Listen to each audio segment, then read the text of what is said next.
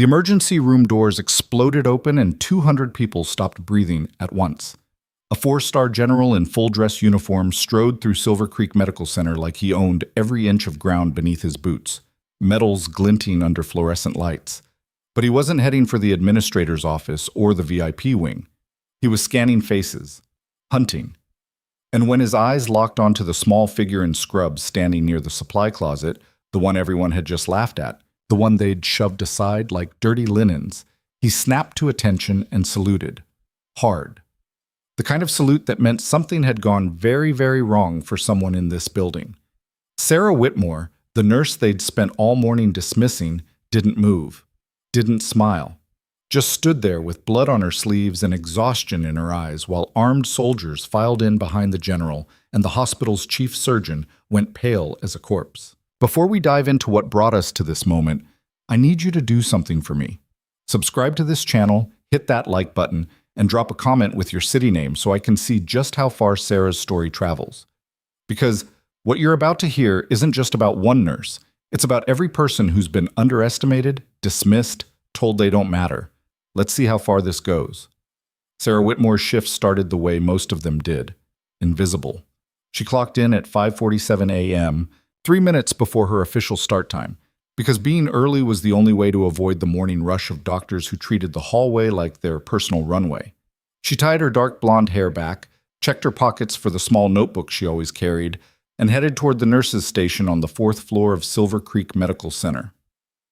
Phoenix heat was already building outside, turning the Arizona sky into a haze of amber and white. But inside the hospital, the air conditioning kept everything clinical and cold. Sarah preferred it that way. Cold meant focused. Cold meant people kept moving. "Morning," she said to the night shift nurse, a tired woman named Pam who looked like she'd been awake for 36 hours straight. Pam barely glanced up. 3 post-ops in recovery, 1 possible sepsis in 4:06, and Dr. Corbin's in a mood. Good luck. Sarah nodded. Dr. Marcus Corbin was always in a mood. Senior trauma surgeon, 15 years at Silver Creek, and a reputation for brilliance that he wore like armor. He didn't like being questioned. He especially didn't like being questioned by nurses. She moved through her rounds with the same efficiency she brought to everything, checking vitals, adjusting IVs, making notes and charts that the residents would later skim and ignore. Patients noticed her. Some of them, anyway. The older ones who'd been through enough hospitals to know the difference between someone going through motions and someone actually paying attention. "You're the one who caught my medication error yesterday, aren't you?" an elderly man in 408 asked as she adjusted his blanket. Sarah paused. "The pharmacy sent up the wrong dosage. It happens. Could have killed me if you hadn't noticed." She met his eyes. "That's why I check." He smiled, the kind of smile that carried weight. "Thank you." She nodded and moved on. Gratitude didn't pay bills, didn't change how the hospital worked, didn't make doctors listen when she flagged a concern. But it mattered. Somehow, in the middle of everything, it still mattered. By 8 a.m., the floor was chaos. 2 emergency admits, 1 surgical consult, and a family screaming at the front desk because someone's discharge papers were delayed. Sarah kept her head down and kept working. She'd learned a long time ago that visibility was a double-edged sword. Be too quiet and you got ignored. Be too loud and you got labeled difficult. She was restocking a crash cart when Dr. Corbin appeared, moving fast, his white coat flaring behind him like a cape. 2 residents trailed after him, notebooks out, trying to keep up. "Whitmore," he said without slowing, "exam room 2, now." She abandoned the cart and followed. Exam room 2 meant something urgent, something that couldn't wait for the usual channels. When she pushed through the door, she understood why. A man in his mid-50s lay on the gurney, skin gray, breathing shallow, blood pressure tanking. His wife stood in the corner, hands over her mouth, eyes wide with the kind of terror that came from watching someone you love slip away. "Acute MY," Corbin said, already pulling on gloves. "Came in complaining of chest pain 20 minutes ago. EKG shows ST elevation. We're taking him to the cath lab, but I need him stabilized first." Sarah moved without hesitation. She checked the IV line, made sure the oxygen was flowing properly, started prepping the medications Corbin would call for before he even opened his mouth. Morphine, aspirin, nitroglycerin. She knew the protocol. She'd run it dozens of times. But something was off. The man's breathing wasn't just shallow, it was uneven. His skin wasn't just gray, it had a faint blue tinge around the lips. And his jugular vein was distended, pulsing with each labored heartbeat. She glanced at the monitor, blood pressure dropping, heart rate climbing. "Dr. Corbin," she said quietly. He was busy barking orders at the residents, adjusting settings on the defibrillator they'd wheeled in as a precaution. "What?" "I think we're looking at something more than an MI." He didn't look up. "I've been doing this for 15 years, Whitmore. I know an MI when I see one. His JVD is pronounced and he's hypotensive despite fluids. Could be tamponade." Now he looked up. His expression was the one she'd seen 100 times before, half irritation, half condescension. "You follow orders. You don't make diagnoses." One of the residents smirked. The other one avoided eye contact. Sarah opened her mouth, then closed it. She'd been here before. She knew how this went. Push too hard and you became the problem. Stay silent and someone might die. She stayed silent. Corbin gave the orders. They pushed the medications. The man's blood pressure stabilized slightly, enough to get him onto a transport gurney, enough to get him moving toward the cath lab. But Sarah's gut twisted as they wheeled him out. She watched the monitors until they disappeared down the hallway, watched the numbers that didn't quite add up, and felt the familiar burn of being right but unheard. 10 minutes later, alarms screamed through the hospital's overhead system. Code blue. Cath lab. Sarah's heart sank. She didn't run toward the sound. She stood at the nurse's station, staring at her hands, knowing exactly what had happened. Tamponade. Fluid around the heart. Pressure building until the heart couldn't pump anymore. And now someone was dying because a surgeon couldn't hear past his own ego. When Corbin returned 20 minutes later, his face was tight, angry. The residents behind him looked shaken. "He didn't make it," Corbin said to no one in particular. Then his eyes found Sarah. "You. My office. Now." She followed him down the hall, past the break room where other nurses pretended not to watch, past the storage closet where someone had taped up a faded motivational poster about teamwork. His office was small, cramped, smelling faintly of stale coffee. He closed the door. "You undermined me in front of my team," he said. Sarah blinked. "I was trying to help." "You were trying to showboat. You think because you've been here a few years you know better than a surgeon?" "I didn't say I knew better. I said something looked wrong. And you were wrong. That man had a massive infarction. His heart gave out. It happens." She stared at him. "Did you check for tamponade before you moved him?" His jaw clenched. "Get out. Dr. Corbin, get out." She left. She didn't slam the door. She didn't cry. She walked back to the nurse's station, logged into the system, and pulled up the patient's chart. It would take hours for the full autopsy report, but the preliminary notes would be there. She knew what she'd find. She was still scrolling when her supervisor appeared. Linda Chen, no relation to anyone Sarah knew, was in her late 40s, efficient, no nonsense, and deeply invested in keeping the hospital running smoothly, which meant keeping doctors happy. "Sarah," Linda said. "A word?" They stepped into an empty conference room. Linda closed the door gently, which was somehow worse than slamming it. "Dr. Corbin filed a complaint," Linda said.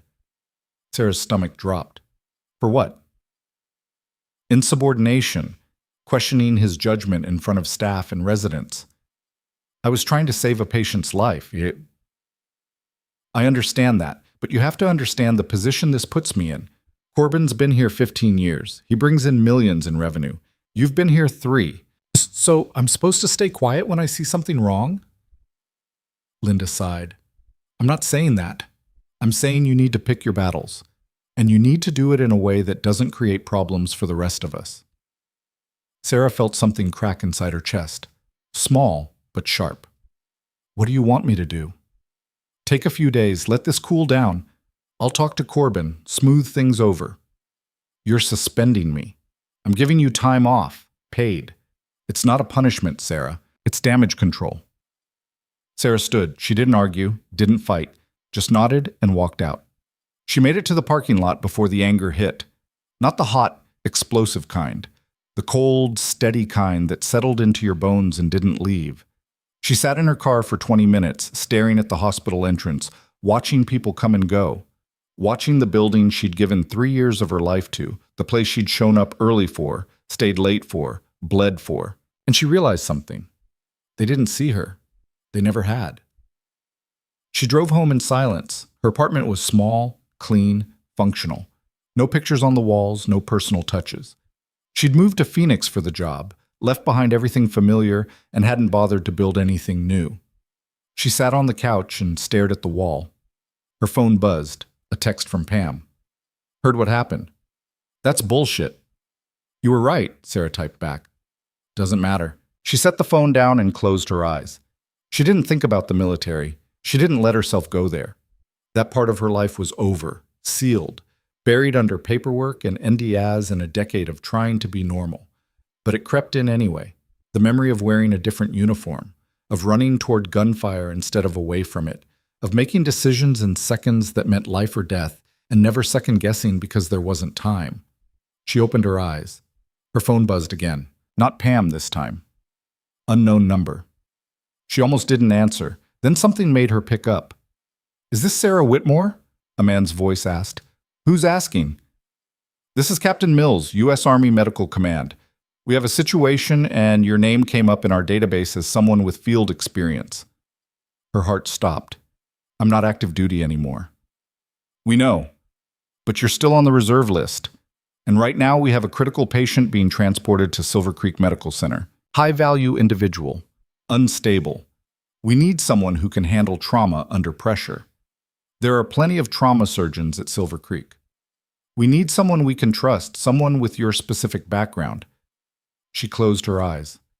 When? Patient arrives in 90 minutes. We'll have a team on site, but we need you there. I'm suspended. A pause. Not anymore. I'll make a call. Be there in 60. The line went dead. Sarah sat frozen. Then she stood, grabbed her keys, and drove. When she arrived at Silver Creek, the parking lot was swarming with military vehicles. Black SUVs, armored transports, personnel in fatigues moving with the kind of precision that made civilians nervous. She badged in through the side entrance. The hallways were packed. Staff clustered in doorways, whispering, staring at the soldiers who'd taken over the main atrium. She found Captain Mills near the ER entrance. Mid-40s, graying hair, sharp eyes. He nodded when he saw her. Lieutenant Whitmore. She flinched. Don't call me that here. Understood. Patients inbound. 30-year-old male, gunshot wound to the chest. Unstable vitals. Lost a lot of blood. He's important. Very important. We need him alive. Who is he? Can't say, but the general's on his way. Her stomach tightened. Which general? Mills met her eyes. Briggs. The name hit her like a punch. General Raymond Briggs, the man she'd saved in Kandahar. The man who'd written her commendation. The man who'd told her she had a future in the military if she wanted it. He asked for you specifically, Mills said. Before she could respond, the ambulance arrived. The patient was a mess. Pale, blood-soaked, barely conscious. The paramedics rattled off vitals as they wheeled him in, and every number was wrong. Blood pressure crashing, oxygen saturation dropping, pulse thready. Sarah's brain switched modes. No more thinking, just moving. Get him to Trauma Bay 2, she said. I need O-negative blood, 4 units, and a chest tube kit. Now. The staff stared at her. Move, she snapped. They moved. She scrubbed in fast, gloved up, and stepped into the bay.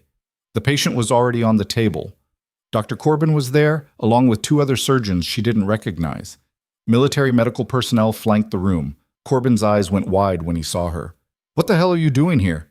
My job, she said. Step aside. You're suspended, not anymore. She didn't wait for him to argue. She moved to the patient, assessed the wound, checked the monitors. He's got a hemothorax.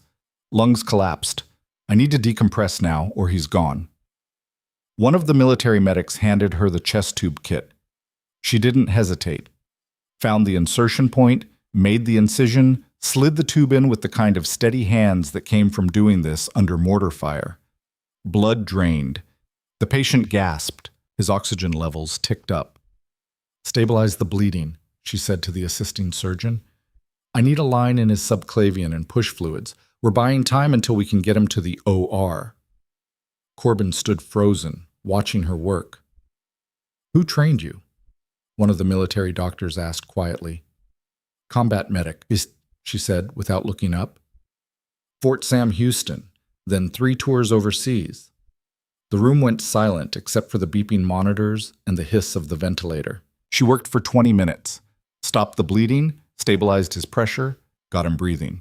When his vitals finally evened out, she stepped back. He's stable enough to move, she said. Get him upstairs. They wheeled him out. Sarah stripped off her gloves, her hands shaking now that the adrenaline was fading. Captain Mills appeared at her side. The general wants to see you. She followed him down the hall, through security checkpoints, into a private conference room that had been converted into a makeshift command center. And there he was, General Raymond Briggs. 4 stars on his shoulders, 60 years old, face like carved stone. He looked exactly the same as he had 10 years ago, except for the new lines around his eyes. He saw her and stood. Then he saluted. Sarah's breath caught. She returned the salute automatically, muscle memory taking over. At ease, Lieutenant, he said. I'm not a lieutenant anymore, sir. You'll always be a lieutenant to me. He gestured to a chair. Sit. She sat.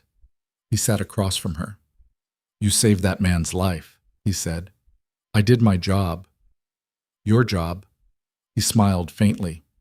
You always said that, even in Kandahar when half my convoy was bleeding out and you were the only medic left standing. She didn't answer. I kept tabs on you, he continued. I know you left the service. I know you've been working here. And I know what happened this morning with Dr. Corbin. Her jaw tightened. How? Because when I called to request you, I was told you were suspended, so I made some calls, pulled your records, read the incident report. His expression hardened. You were right. That patient this morning had cardiac tamponade. The autopsy confirmed it. Sarah's chest tightened. Dr. Corbin missed it, Briggs said, and when you tried to tell him, he shut you down. Then he blamed you for it. That's how it works here, she said quietly. Not anymore. She looked up. Sir? I'm about to walk into that hospital's main atrium. I'm going to stand in front of every doctor, nurse, and administrator in this building, and I'm going to tell them exactly who you are and what you've done. Then I'm going to ask them why the most qualified trauma specialist in this building was suspended for trying to save a life. Sarah's pulse spiked. General, you don't have to... Yes, I do. He stood. You've been invisible long enough, Lieutenant. Time to change that. He walked out. Sarah sat frozen. Then she heard it. The announcement over the hospital PA system. All staff report to the main atrium immediately. This is not a drill. She stood on shaking legs and followed the crowd. The atrium was packed. Doctors in white coats, nurses in scrubs, administrators in suits, and in the center, flanked by armed soldiers, stood General Briggs. He scanned the room. His eyes found Sarah in the back. He pointed at her. That woman, he said, his voice carrying across the silent space, is Lieutenant Sarah Whitmore, combat medic, 3 tours, 48 commendations. She saved my life and the lives of 17 other soldiers under enemy fire in Kandahar.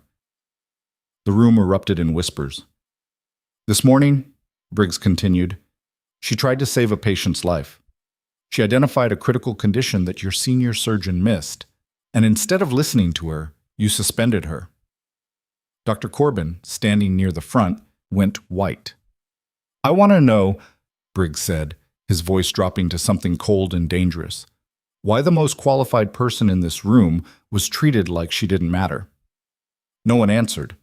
Briggs turned to the hospital administrator, a man named Gerald Finch, who looked like he might pass out. I'm recommending a full investigation into this facility's protocols, and until it's complete, Dr. Corbin is suspended pending review. Corbin's face twisted. You can't... I just did. Briggs's gaze swept the room one last time. Dismissed. People scattered. Sarah stood rooted to the floor as bodies rushed past her, as whispers turned into shouts, as the hospital descended into chaos. And through it all, she felt 200 pairs of eyes turned toward her, some in shock, some in awe, some in something that looked like fear. Because the woman they'd pushed aside, the one they'd ignored and dismissed and tried to bury, was standing in the center of the storm they'd created. And she wasn't done yet. Sarah didn't move for a full 30 seconds after General Briggs dismissed the crowd. She stood in the middle of the atrium while bodies rushed past her like water around a stone, voices rising in a cacophony of shock and speculation. Someone bumped her shoulder hard enough to make her stumble but didn't apologize. She caught herself against a pillar and watched Dr. Corbin's back disappear through the administrative wing doors, his white coat flapping behind him like a surrender flag. Pam appeared at her elbow, eyes wide, gripping Sarah's arm like she might vanish. "Holy hell! You were military!" Sarah pulled free gently. "Was. Combat medic, 3 tours. Sarah, why didn't you ever—" "Because it doesn't matter here," Sarah said. Her voice came out flat, distant. Or it didn't. Pam stared at her like she'd never seen her before. Maybe she hadn't. Maybe none of them had. Captain Mills materialized through the thinning crowd, his expression unreadable. "Lieutenant, the general wants you in the command center. Now." Sarah followed him back through the security checkpoints, past soldiers who nodded at her with something that looked like respect, into the converted conference room where Briggs stood over a table covered in maps and medical charts. He looked up when she entered. "Close the door," he said. She did. "Sit." She sat. Her hands felt cold. She laced them together in her lap to stop them shaking. Briggs studied her for a long moment, the kind of assessment she remembered from debriefings overseas, looking for cracks, for weakness, for anything that might compromise the mission. "You're angry," he said finally. "No, sir." "You should be. What they did to you was criminal negligence dressed up as hospital politics." She didn't respond. "The patient this morning," Briggs continued. "Daniel Peterson, 54 years old, father of 3. Owned a hardware store in Scottsdale.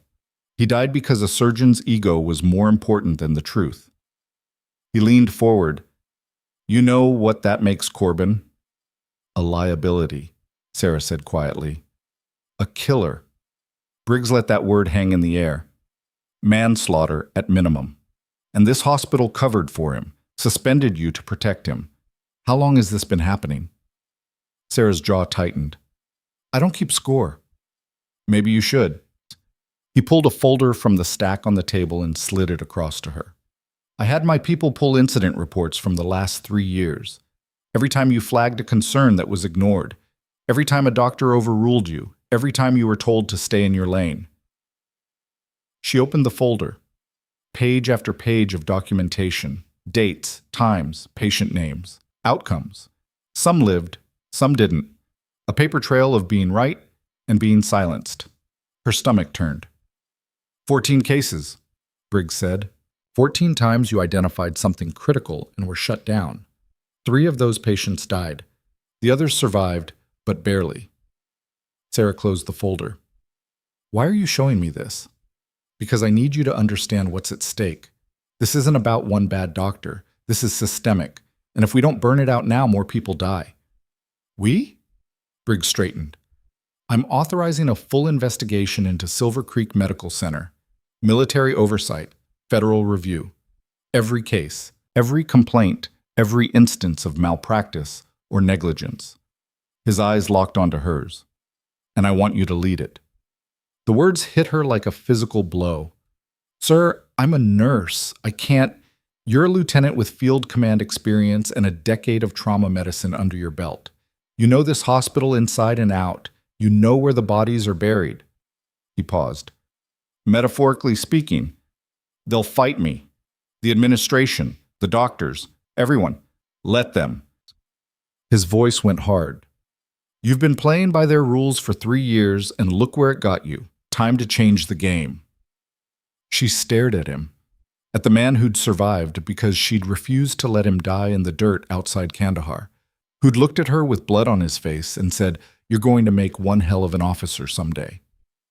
"I need 48 hours, she said. "You have 24. After that, the press gets wind and everything goes public. We move fast, or we don't move at all." She stood. "I'll need access, full records, Personnel files. Incident reports that aren't sanitized. Done. Captain Mills will be your liaison. Anything you need, you ask him. Briggs extended his hand. Make them pay, Lieutenant. She shook it. His grip was iron. When she left the command center, Mills was waiting in the hallway with a laptop bag and a stack of access badges. Everything you requested, plus a few things you didn't know you needed. Like what? Legal protection. The hospital's going to come at you with everything they have. Lawsuits, defamation claims, restraining orders. We've got military counsel standing by. Sarah took the bag. It felt heavier than it should. They're really going to fight this. Wouldn't you? Mills' expression was grim. You're threatening their entire power structure. They'll burn the building down before they let you win. Then we'd better move fast. She spent the next 6 hours in an empty office on the 3rd floor that the military had commandeered, surrounded by file boxes and laptop screens, digging through 3 years of Silver Creek's dirty laundry. Captain Mills brought her coffee at some point. She didn't taste it, just kept reading. Patient charts with medications listed that were never administered. Surgical reports that contradicted nursing notes. Incident forms that disappeared from the official record but showed up in backup files. A pattern emerged. Not just negligence, active cover-ups, systematic suppression of anything that made the doctors look bad. And at the center of it all, like a spider in a web, was Dr. Marcus Corbin. 43 complaints filed against him over 12 years. 43. And every single one had been dismissed, buried, or blamed on someone else. Mostly nurses, mostly women. Mostly people who couldn't fight back. Sarah's hands balled into fists. A knock at the door made her look up. Gerald Finch stood in the doorway, the hospital administrator, his suit rumpled and his face red. He didn't wait for an invitation, just walked in and closed the door behind him. "We need to talk," he said. Sarah leaned back in her chair. "I'm listening." "This investigation. It's going to destroy this hospital." "Good." Finch's jaw worked. "You don't mean that. You've worked here for 3 years. You know the good we do, the lives we save. I also know the lives you throw away to protect your bottom line. That's not fair. Daniel Peterson is dead because you let Marcus Corbin keep practicing medicine after 43 complaints. How is that fair?" Finch's face went pale. "We couldn't prove any of those complaints. It was his word against nurses who had nothing to gain by lying." Sarah stood. "You had proof. You had documentation. You had patterns. You just didn't care because Corbin brings in revenue and nurses don't." "That's not how it works." "Then explain to me how it works, Mr. Finch. Because from where I'm sitting, it looks like you sacrificed patient safety for profit." He stepped closer, lowering his voice. "What do you want? Money? A promotion? Name your price and we can make this go away." Sarah stared at him. "You think I can be bought?" "Everyone can be bought. It's just a question of how much." She moved around the desk until they were face to face. "I want Corbin's medical license revoked. I want every doctor and administrator who enabled him fired. I want new protocols, new oversight, and new leadership. And I want it in writing." Finch's expression hardened. "You're making a mistake." "No. I made a mistake 3 years ago when I thought this place cared about doing the right thing. I'm fixing it now." He turned and walked out without another word. Sarah sat back down and pulled up the next file. Her hands were shaking, but she ignored it, kept reading, kept building the case. At some point, the sun went down. The hospital shifted into night mode, quieter but never silent. Machines beeped, footsteps echoed, someone laughed in a distant hallway, and the sound felt wrong, out of place. Mills appeared again around midnight with sandwiches from the cafeteria. "You need to eat. I need to finish this." "You need to sleep. I'll sleep when it's done." He set the food down anyway and pulled up a chair. "I read your service record. Kandahar wasn't the only time you pulled off something impossible." Sarah didn't look up from the laptop. "We did what we had to. You ran into a minefield to extract wounded, took shrapnel in 3 places and kept working. Saved 9 lives that day. 10, she corrected quietly, but one of them died on the medevac." Mills was silent for a moment. "You carry that." "Wouldn't you?" "Yeah, I would." He stood. "For what it's worth, Briggs is right. You're the only person who can do this. Because I'm too stubborn to quit? Because you give a damn. That's rarer than you think. After he left, Sarah ate half a sandwich without tasting it and went back to work. She found the smoking gun around 2 a.m. A memo from 18 months ago, buried in an administrative folder, detailing a board meeting where Corbin's conduct had been discussed. The board had voted to formally reprimand him. But the reprimand never appeared in his personnel file. Someone had killed it. She cross-referenced the meeting minutes with the board roster. 7 people had been in that room. 6 of them still worked at Silver Creek, and one of them was Gerald Finch. Sarah leaned back and rubbed her eyes. The pieces were falling into place. A conspiracy didn't require malice, just cowardice and self-interest, just people choosing the easy path over the right one. She was drafting her preliminary report when her phone rang. Unknown number. She almost didn't answer. "Whitmore?" she said, heavy breathing on the other end. Then a woman's voice, shaking. "Is this Sarah Whitmore?" "Who is this?" "My name is Rebecca Ortiz. I'm a nurse. I used to work at Silver Creek." Sarah sat up straight. "Used to?" "I was fired 2 years ago. They said I made a medication error, but I didn't. I tried to report Dr. Corbin for altering a patient's chart, and the next day I was gone." Her voice cracked. "I heard what happened today. I heard you're investigating. I am. I want to help. I kept copies. Everything they tried to bury, emails, charts, recordings. I knew someday someone would care enough to listen." Sarah's heart hammered. "Where are you?" "I can meet you, but not at the hospital. Somewhere public." They arranged to meet at a diner 6 blocks away in an hour. Sarah grabbed her jacket and headed for the parking lot. The air outside was cool, desert night air that smelled like dust and distant rain. She drove with the windows down, letting the wind clear her head. The diner was one of those 24-hour places that catered to insomniacs and third-shift workers. Rebecca Ortiz was waiting in a back booth, a woman in her 30s with tired eyes and a canvas bag clutched in her lap. Sarah slid into the seat across from her. "Thank you for calling." Rebecca's hands trembled as she pushed the bag across the table. "I didn't know what else to do with this. I couldn't go to the police because Corbin has connections. I couldn't go to the medical board because half of them golf with him." She met Sarah's eyes. "But you're military. You don't owe him anything." Sarah opened the bag. Inside were USB drives, printed emails, handwritten notes, photographs of altered documents, a treasure trove of evidence. "How long did it take you to compile this?" Sarah asked. 2 years. I couldn't let it go. That patient, the one whose chart Corbin altered, she died. And her family never knew the truth. They thought it was just bad luck." Rebecca's voice broke. "It wasn't luck. It was murder." Sarah's jaw tightened. "What happened to you after you were fired?" "Blacklisted. No hospital in Phoenix would hire me. I'm working retail now, barely making rent." She wiped her eyes. "But I kept this because I knew someday it would matter. And today, when I saw the news about the general calling out Corbin, I knew this was it." "The news?" Rebecca pulled out her phone and showed Sarah the screen. A local news site had already picked up the story. The headline read, "Military General Confronts Phoenix Hospital Over Negligence Claims." Below it was a photo of Briggs in the atrium, pointing at Sarah. Sarah's stomach sank. "It's already public. It's everywhere. Twitter, Facebook, TikTok.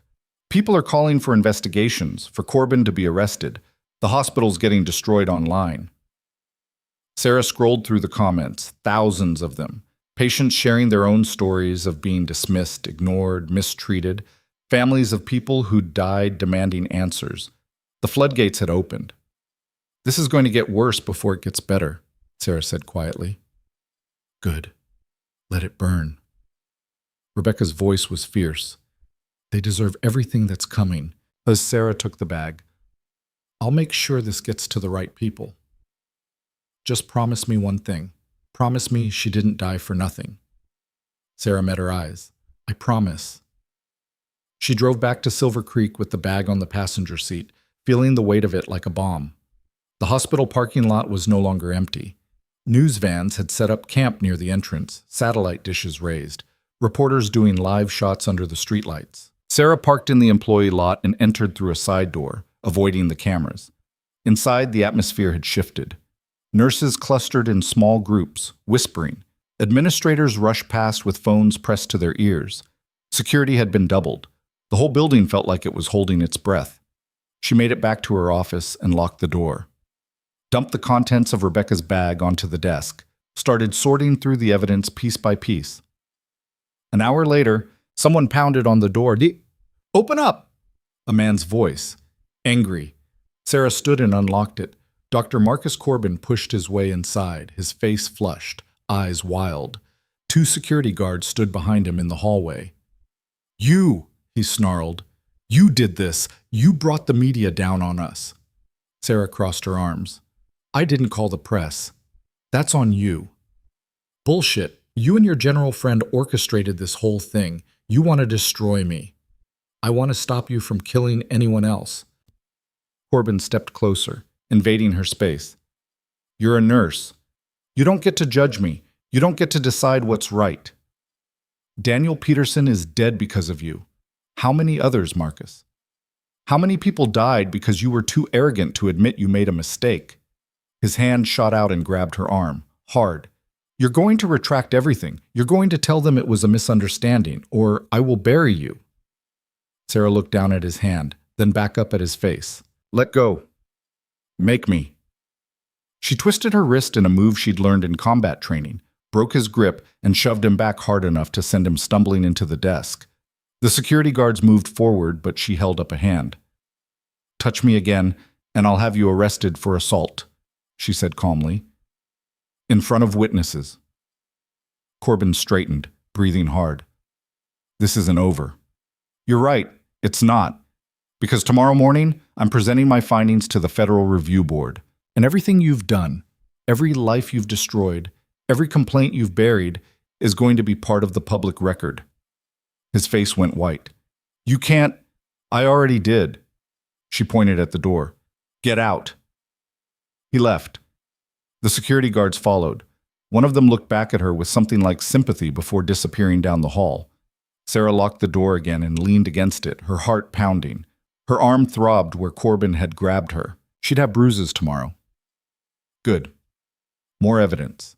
She worked through the rest of the night, cross-referencing Rebecca's documents with the hospital's official records, building a timeline of corruption that stretched back over a decade. By the time the sun started to rise, she had enough to put Corbin away for years, enough to implicate half the administration, enough to tear Silver Creek apart and rebuild it from scratch. At 6 a.m., Captain Mills knocked and entered with fresh coffee and a grim expression. You need to see this, he said, pulling up a news site on his phone. The headline made her blood run cold. Nurse accused of fabricating military service in hospital vendetta. Below it was a statement from Gerald Finch claiming that Sarah had lied about her military background, that her accusations against Dr. Corbin were motivated by personal vendetta, and that the hospital was pursuing legal action against her for defamation. Sarah stared at the screen. They're trying to discredit me. It won't work. Your service record is public, but it's going to slow us down, create doubt. How long until the review board convenes? 3 hours. Sarah stood. Then we'd better be ready. She spent the next 2 hours preparing her presentation, organizing evidence into a coherent narrative, practicing her delivery until every word felt like a hammer strike. Mills helped her load everything onto a secure drive. At 8:30, they headed for the federal building downtown where the review board was assembling. The hearing room was packed. Military officials, federal investigators, hospital representatives, and a handful of reporters who'd somehow gotten clearance. Sarah sat at a table facing a panel of 7 stern-faced officials, while Corbin and Finch sat across the aisle with a team of lawyers. General Briggs sat in the back row, his expression unreadable. The board chair, a woman in her 60s with steel-gray hair, called the hearing to order. We're here to investigate allegations of systemic negligence and malpractice at Silver Creek Medical Center, she said. Lieutenant Whitmore, you may present your findings. Sarah stood, plugged in the drive, brought up the first slide, and then she told them everything. She walked them through 14 cases of ignored warnings, 3 preventable deaths, 43 complaints buried, a hospital administration that chose profit over patients and protected abusers over victims. She showed them Rebecca Ortiz's documents, the altered charts, the deleted emails, the memo that proved the board had known about Corbin's conduct and done nothing. She spoke for 90 minutes without stopping. Her voice never wavered. Her hands never shook. When she finished, the room was silent. The board chair looked at Corbin. "Dr. Corbin, do you wish to respond?" He stood, his lawyer whispering urgently in his ear. "These allegations are fabricated. Lieutenant Whitmore has a personal grudge. Against 43 different people?" Sarah cut in. "Did I fabricate all of their complaints too?" "You're taking things out of context. I'm reading directly from official hospital records." The board chair held up a hand. "Dr. Corbin, sit down. Mr. Finch, does the hospital have anything to add?" Finch stood slowly. He looked like he'd aged 10 years overnight. We were not aware of the full extent of these issues. We plan to cooperate fully with the investigation." "That's not what you said yesterday," Sarah said. "Yesterday you tried to bribe me. You offered me money to make this disappear." The room erupted. Reporters shouted questions. Lawyers jumped to their feet. The board chair banged her gavel. "Order, this hearing is adjourned pending further investigation. Dr. Corbin, you are suspended from practice effective immediately. Mr. Finch, you and your entire administrative team are to surrender all hospital records and make yourselves available for questioning." Corbin's face went purple. "You can't do this." "I just did." "Bailiff, please escort Dr. Corbin from the building." Security moved in. Corbin was still shouting as they led him out, his voice echoing down the hallway until a door slammed and cut him off. Sarah sat down. Her legs felt like water. Briggs appeared at her side. "Well done, Lieutenant." She looked up at him. "Is it over?" "Not even close. But you won the first battle." Mills approached with his phone out. "You need to see this. It's trending nationwide." Sarah took the phone. Hashtags like hashtag Justice for Peterson and hashtag Believe Nurses were flooding social media. Video clips from the hearing were being shared thousands of times. Her face was everywhere. And in her inbox, 17 new emails from former Silver Creek employees, all of them with the same subject line: "I want to help." She handed the phone back. "We're going to need more people." "Already on it," Mills said. Briggs authorized a full team: investigators, legal support, victim advocates. "This is going federal." Sarah nodded slowly. The weight she'd been carrying for 3 years was shifting, spreading across more shoulders. It didn't feel lighter, just different. "What happens to the hospital?" she asked. "Depends on what else we find, but my guess? New management, complete overhaul, maybe even criminal charges." Sarah thought about the patients still inside Silver Creek, the ones who had no idea their doctors had been playing games with their lives, the ones who trusted the system to protect them. "We need to make sure the patients are safe during the transition," she said. "We will." She stood. "I need to go back. There are people I need to talk to." "Sarah?" Briggs's voice stopped her. "You should know. Corbin's lawyers are already filing appeals. They're going to fight this every step of the way. It's going to get ugly." "It's already ugly. At least now everyone can see it."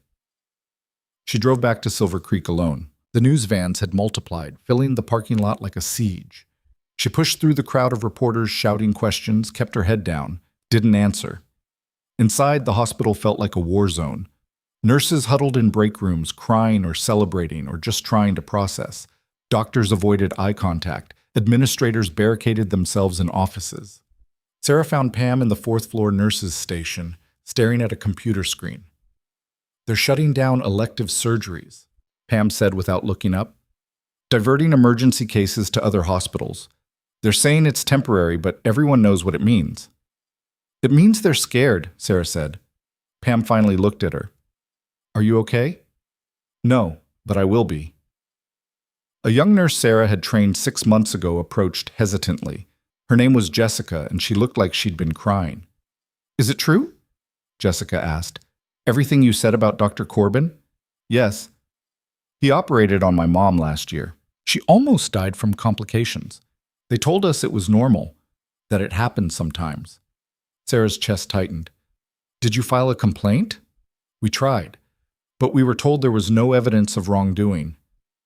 "There is now, and I'm going to make sure everyone knows." Jessica's eyes filled with tears. Thank you.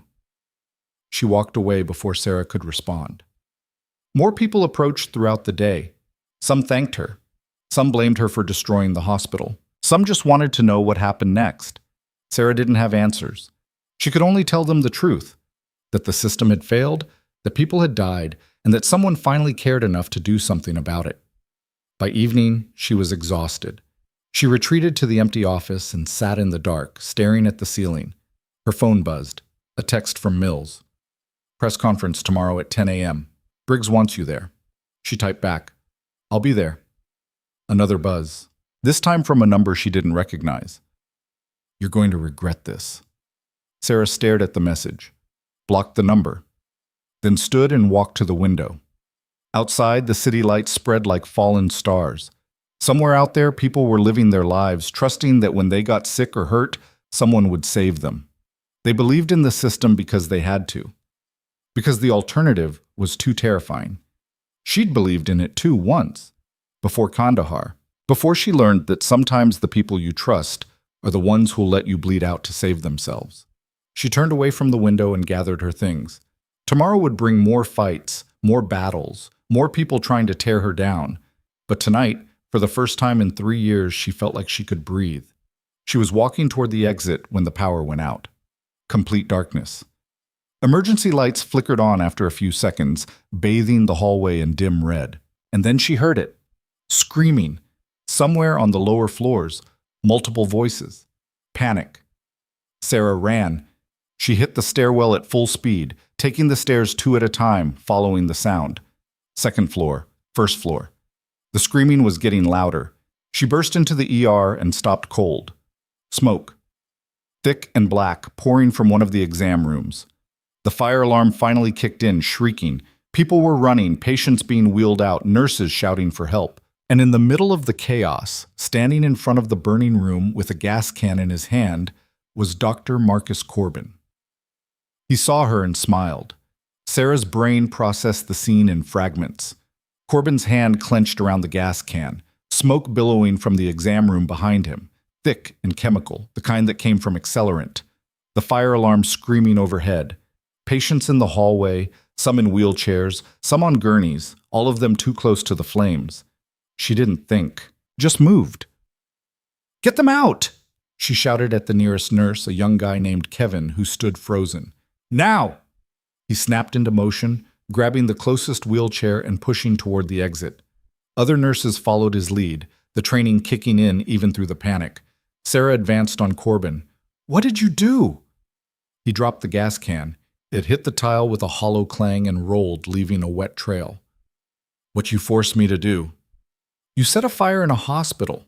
"I set a fire in a storage room, medical records, all of them, your precious evidence." His smile widened, wrong and broken. "Can't investigate what doesn't exist." Sarah's stomach dropped. The storage room. 3 floors of patient files, incident reports, everything that wasn't digitized yet, decades of paper trails. "You just committed arson," she said, keeping her voice level. "With witnesses. Who's going to believe them? A disgraced doctor having a breakdown? Or the nurse who destroyed his career over a personal vendetta?" He took a step toward her. "You did this. You took everything from me. You did that yourself." Behind her, the evacuation was chaos but organized. Staff were moving patients toward the main exits, voices calm despite the smoke thickening in the air. The sprinkler system engaged, water cascading from the ceiling, but the fire in the storage room was burning too hot, too fast. Corbin's eyes tracked the movement. "You know what the best part is? Even if they save the building, the damage is done. No records means no investigation. No investigation means no conviction. I win. You're going to prison. We'll see." He turned and ran, not toward the exits, toward the stairwell that led up. Sarah cursed and followed. She hit the stairs 3 seconds behind him, taking them 2 at a time, her boots slipping on the wet concrete. He was fast for a man in his 50s. Adrenaline or desperation or both driving him upward. Second floor. Third. Fourth. "Corbin!" she shouted. "There's nowhere to go!" He didn't answer, just kept climbing. Fifth floor, the administrative wing. Empty at this hour, dark, except for emergency lighting. Sarah cleared the stairwell door and saw him disappear around a corner. She ran after him, her lungs burning. The smoke was rising through the building, not thick up here yet, but getting worse. She could hear the fire department sirens approaching outside, multiple trucks, but they wouldn't get inside fast enough. She rounded the corner and stopped. Corbin stood at the end of the hallway, in front of the window that overlooked the parking lot, 5 stories up. News vans and emergency vehicles swarmed below, lights flashing in the darkness. "Don't," Sarah said. He looked at her. "Why not? You've taken everything else." "I didn't take anything. You lost it by being a bad doctor." I saved lives. You killed people. Then you covered it up. His face twisted. You don't know what it's like. The pressure, the expectations, everyone waiting for you to fail. So you made sure they had a reason. Sarah edged closer, hands visible, non-threatening. It didn't have to be like this. Yes, it did. The moment you opened your mouth, this was inevitable. He grabbed a chair and smashed it against the window. Glass exploded outward, wind rushing in. "You want justice? Fine, let's give them a show." Sarah lunged forward, but he was already climbing onto the window ledge. "Marcus, stop!" He looked back at her, and for a second she saw something human in his eyes. Fear, regret, the understanding that he'd burned every bridge and there was no way back. Then he jumped. Sarah's hand shot out and caught his wrist. The momentum yanked her forward, her ribs slamming into the broken window frame. Glass cut into her side, but she held on, her other hand grabbing the window frame for leverage. Corbin dangled in the air, his weight pulling her down. 5 stories of empty space beneath him. "Let go!" he gasped. "Shut up!" Sarah's shoulder screamed. Her grip was slipping, blood from the glass cuts making her hand slick. "Grab the ledge! Let me go! I said, shut up!" She pulled, muscles straining, trying to haul him up. But he was dead weight, not fighting, not helping, just hanging there. Footsteps pounded down the hallway. Captain Mills appeared with 2 security guards. "Help me!" Sarah shouted. Mills lunged forward, grabbing Corbin's other arm. Together they pulled, dragging him back through the window. He fought them the whole way, thrashing, but they got him inside and pinned him to the floor. "Cuff him," Mills said. One of the guards complied, snapping restraints on Corbin's wrists while he screamed incoherently. Sarah slumped against the wall, her side bleeding, her hands shaking. Mills crouched beside her. "You okay?" "No." She looked at Corbin. "How did you get here so fast?" "Briggs had me tailing him after the hearing. Didn't trust him not to do something stupid." Mills pulled a radio from his belt. "We need medical and police on 5. Suspect in custody." Sarah stood, wincing. "The fire?" "Under control. They're evacuating the building, but no casualties." "The records?" Mills' expression went grim. "Total loss. Everything in that storage room is gone." Sarah closed her eyes. All that evidence. Decades of documentation. Burned. "But we still have the digital files," Mills continued, "and Rebecca Ortiz's copies. It's not over." Sarah opened her eyes, looked at Corbin being hauled to his feet by security. He'd stopped screaming. Now he just looked empty. "Take him out the back," she said. "Don't let the press see him like this." Mills nodded, and they led Corbin away. Sarah waited until they were gone, then slid down the wall and sat on the floor. Her side hurt. Her hands hurt. Everything hurt. Her phone buzzed. She pulled it out with bloody fingers. Text from Briggs. "Status?" She typed back, "Corbin in custody. Fire contained. I'm fine." 3 dots appeared, then, "Hospitals being shut down pending investigation. All patients transferred. You need to get checked out." She didn't answer. Just sat there in the broken glass and the smell of smoke, listening to the sirens and the shouting from below. Someone cleared their throat. She looked up. Pam stood in the hallway, her scrubs soaked from the sprinklers, her face smudged with soot. "They're saying we have 2 hours to grab personal items before they lock the building down." Sarah pushed herself to her feet. "Where are the patients going?" "Good Samaritan, Phoenix General, St. Luke's. Everyone who can take them." Pam's voice cracked. "It's really over, isn't it?" "The hospital?" "Everything." Sarah didn't have an answer. They walked back down the stairs together in silence. past floors filled with abandoned equipment and wet floors and the lingering smell of smoke. The air was empty now except for firefighters checking for hot spots. Outside, the parking lot had transformed into a command center. Ambulances lined up to transport the last few patients. News helicopters circled overhead, their searchlights cutting through the night. And in the middle of it all, General Briggs stood talking to the fire chief. He saw Sarah and walked over. "You need to see a medic." "I'm fine." He looked at the blood on her shirt. "That's an order, Lieutenant." She let a paramedic clean and bandage the cuts on her side. Shallow but messy. Nothing that wouldn't heal. The paramedic wanted to transport her for stitches, but she refused. "Your funeral," he muttered and moved on to the next person. Briggs waited until they were alone. Corbin's in federal custody. Attempted arson, attempted suicide, reckless endangerment. He's not seen daylight for a long time. He destroyed the records, most of them, but we recovered hard drives from the administrative offices before the fire spread. IT is pulling data now. Sarah watched another ambulance pull away, lights flashing. "How many hospitals are willing to take Silver Creek's patients?" "All of them. Turns out when you expose systematic corruption, everyone wants to prove they're better." Briggs paused. "The mayor called. Wants a meeting tomorrow. So does the state medical board. What do they want?" "Damage control. Assurances that this isn't happening at other facilities. Basically, they want you to tell them their house isn't on fire too." "Is it?" "Probably, but that's a problem for tomorrow." He studied her face. "You saved his life. After everything he did, you didn't let him jump." Sarah stared at the building, at the broken window on the 5th floor. "He doesn't get to take the easy way out. He faces what he did. That's cold. That's justice."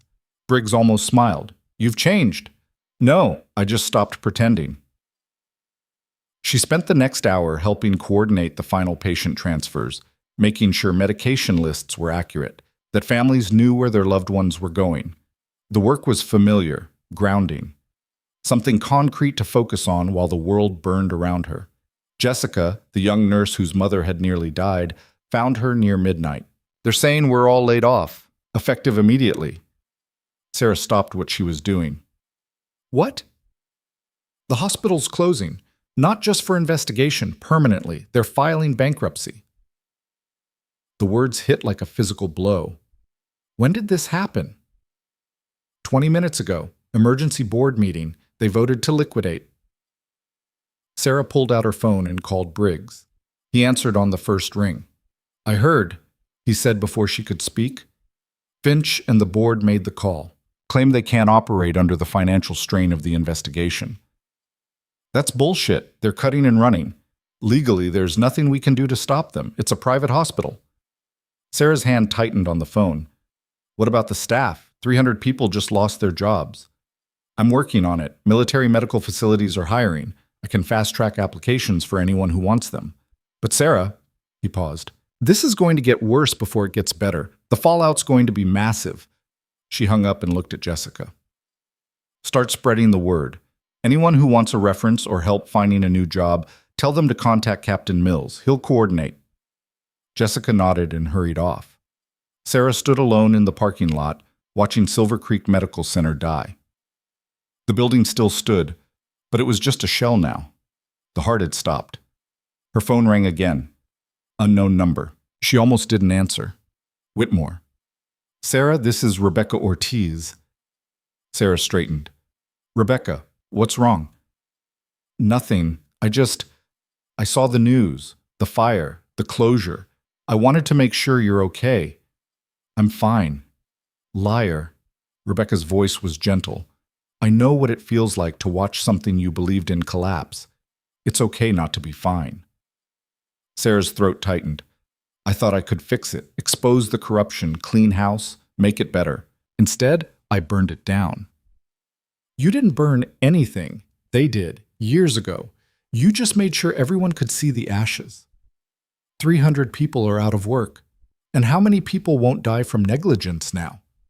How many families won't lose someone because a doctor was too arrogant to admit a mistake?" Rebecca paused. "You did the right thing, even when it cost you everything." Sarah didn't trust herself to speak. "Get some rest," Rebecca said. Tomorrow's going to be brutal. The call ended. Sarah stood there with the phone in her hand, watching firefighters pack up their equipment. The fire was out. The building was empty. Everything she'd worked for, everything she'd fought for, was gone. But Rebecca was right. People wouldn't die at Silver Creek anymore, because Silver Creek didn't exist anymore. She drove home as dawn started to break, the sky turning from black to gray to pale gold. Her apartment felt too quiet. She showered, watching pink-tinged water swirl down the drain, then collapsed on the couch and stared at the ceiling. Sleep wouldn't come. Her mind kept replaying the moment Corbin jumped, the split second where she had to choose between letting him fall or risking herself to save him. She'd chosen to save him, not because he deserved it, because she wasn't going to let him turn her into someone who could watch a person die. At 8 a.m., her phone rang. "Briggs, press conference in 2 hours," he said. "You're the lead witness." "I don't want to do press." "Tough. The story's out there. If we don't control the narrative, someone else will." "What narrative?" "Hospital closes after nurse exposes corruption." "That's not a story. That's a disaster." "It's a story about accountability, about standing up when everyone else stays silent, about—" "Don't," Sarah interrupted. "Don't make me into a hero. I'm not." "Then what are you?" She thought about that. About Daniel Peterson dying on a table while a surgeon's ego killed him. About Rebecca Ortiz losing everything for telling the truth. About 43 complaints buried because it was easier than admitting the system was broken. "I'm someone who is tired of watching people die," she said finally. "That's enough." The press conference was held at the federal building, the same room where the hearing had taken place. But this time the reporters outnumbered the officials 3-1. Cameras lined the back wall. Microphones clustered on the podium like metal flowers. Sarah sat at the table next to Briggs and Captain Mills, wearing clean scrubs someone had found for her. The bandages on her side pulled when she moved.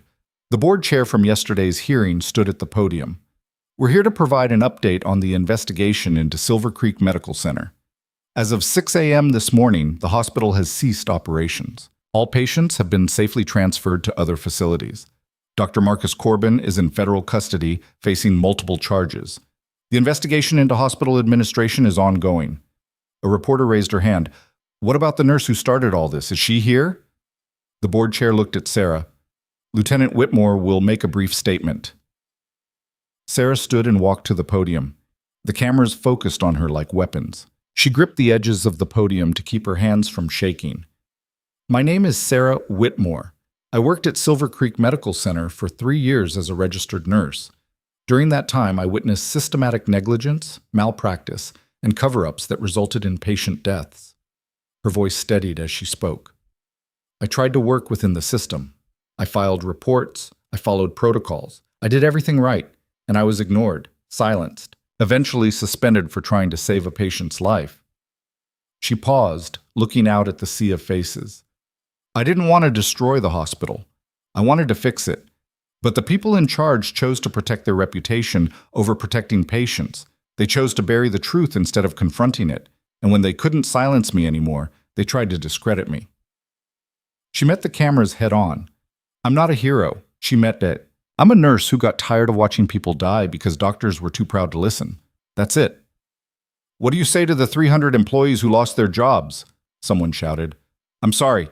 I'm sorry the people who were supposed to lead them failed so badly that this was the only option left. I'm sorry the system is so broken that whistleblowers have to burn everything down to make people pay attention." Her voice hardened. "But I'm not sorry for telling the truth." Another reporter. "Do you think this is happening at other hospitals?" "Yes. Everywhere nurses are dismissed. Everywhere profit matters more than patients. Everywhere people are afraid to speak up because they know they'll lose everything." She leaned into the microphone. "This isn't a Silver Creek problem. This is a healthcare problem. And until we fix it, more people will die." The room erupted. Questions flew from every direction. The board chair had to physically step in front of the microphone to restore order. Sarah walked back to her seat. Briggs leaned over and whispered, "That was perfect. That was the truth." "Same thing." The press conference lasted another hour. Officials made statements about reform, oversight, accountability. Sarah sat through it in a daze, exhausted beyond words. When it finally ended, Mills escorted her out through a back exit to avoid the press. "Where to?" he asked. "I don't know. Home, I guess." "You can't go home. Your address leaked online an hour ago. There are already reporters camped outside." Sarah closed her eyes. "Of course there are." Briggs arranged a hotel, secure, quiet. "You can stay there until things calm down." "When will that be?" Mills didn't answer. The hotel was downtown, the kind of place that catered to business travelers, and asked no questions. Mills checked her in under a fake name and walked her to the room. "Try to get some rest," he said. "I'll be in the lobby if you need anything." Sarah locked the door and collapsed on the bed. She meant to just lie there for a minute. She woke up 6 hours later to her phone ringing. Unknown number again. She answered without thinking. "Lieutenant Whitmore?" A woman's voice, professional. "This is Andrea Simmons from the Department of Justice. I need to speak with you about testifying in the federal case against Silver Creek Medical Center's board of directors." Sarah sat up, her head pounding. "When?" "As soon as possible. We're fast-tracking this.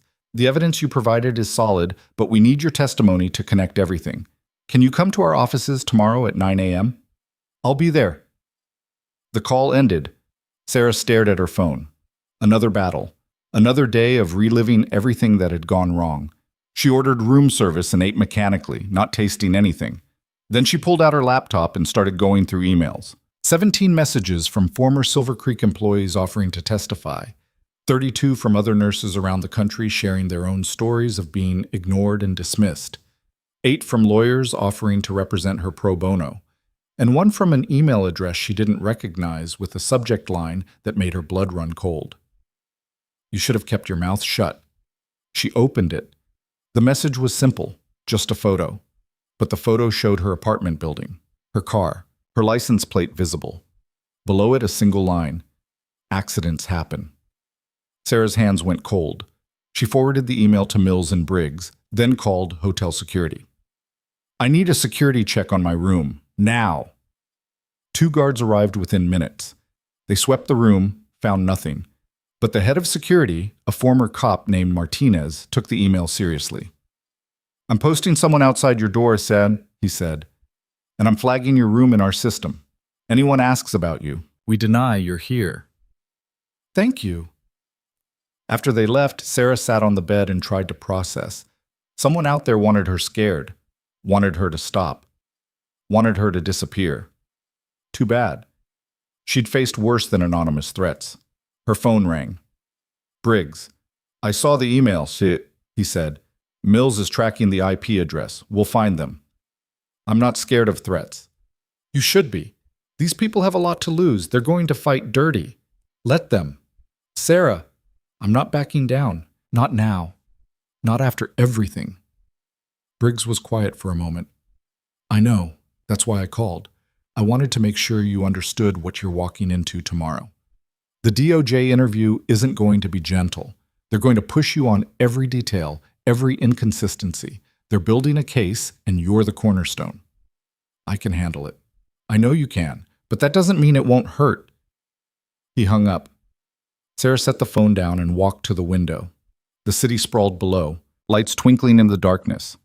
Somewhere out there, people were sleeping, trusting that the systems meant to protect them actually worked, trusting that when they got sick, someone would save them. She'd trusted that once, never again. She spent the rest of the night preparing, reviewing her notes, cross-referencing dates and incidents, building the narrative in her head so when the DOJ tore into her, she'd have answers. At 8 a.m., Mills knocked on her door. "Ready?" "No, let's go anyway." The Department of Justice offices were in a federal building downtown, all marble and metal detectors and American flags. They passed through security and took an elevator to the 14th floor. Andrea Simmons met them in a conference room. Late 30s, sharp suit, sharper eyes. 2 other lawyers flanked her, both looking like they'd skipped their own grandmother's funeral to win a case. "Lieutenant Whitmore, thank you for coming." Andrea gestured to a chair. "This is Michael Torres and Jennifer Yang. They'll be assisting on the case." Sarah sat. "What do you need?" "Everything. From the beginning. Don't leave anything out." For the next 4 hours, Sarah walked them through 3 years at Silver Creek. Every incident, every complaint, Every time she'd been ignored or silenced, they stopped her constantly, asking for clarification, pushing on details, making her repeat things until the words lost all meaning. "And you're certain, doctor, Corbin altered the chart?" Torres asked for the third time.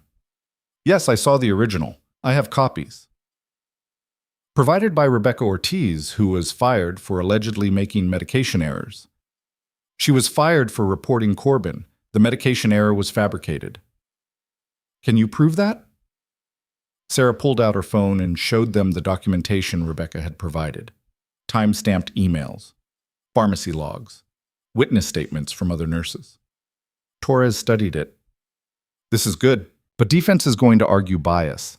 She had an axe to grind." "So did I, according to them. Are you saying we're both lying?" "I'm saying the defense will argue that. We need to be prepared." They broke for lunch. Sarah ate a sandwich in the conference room while the lawyers huddled in a corner talking in low voices. When they resumed, Andrea took the lead. "We need to talk about the fire.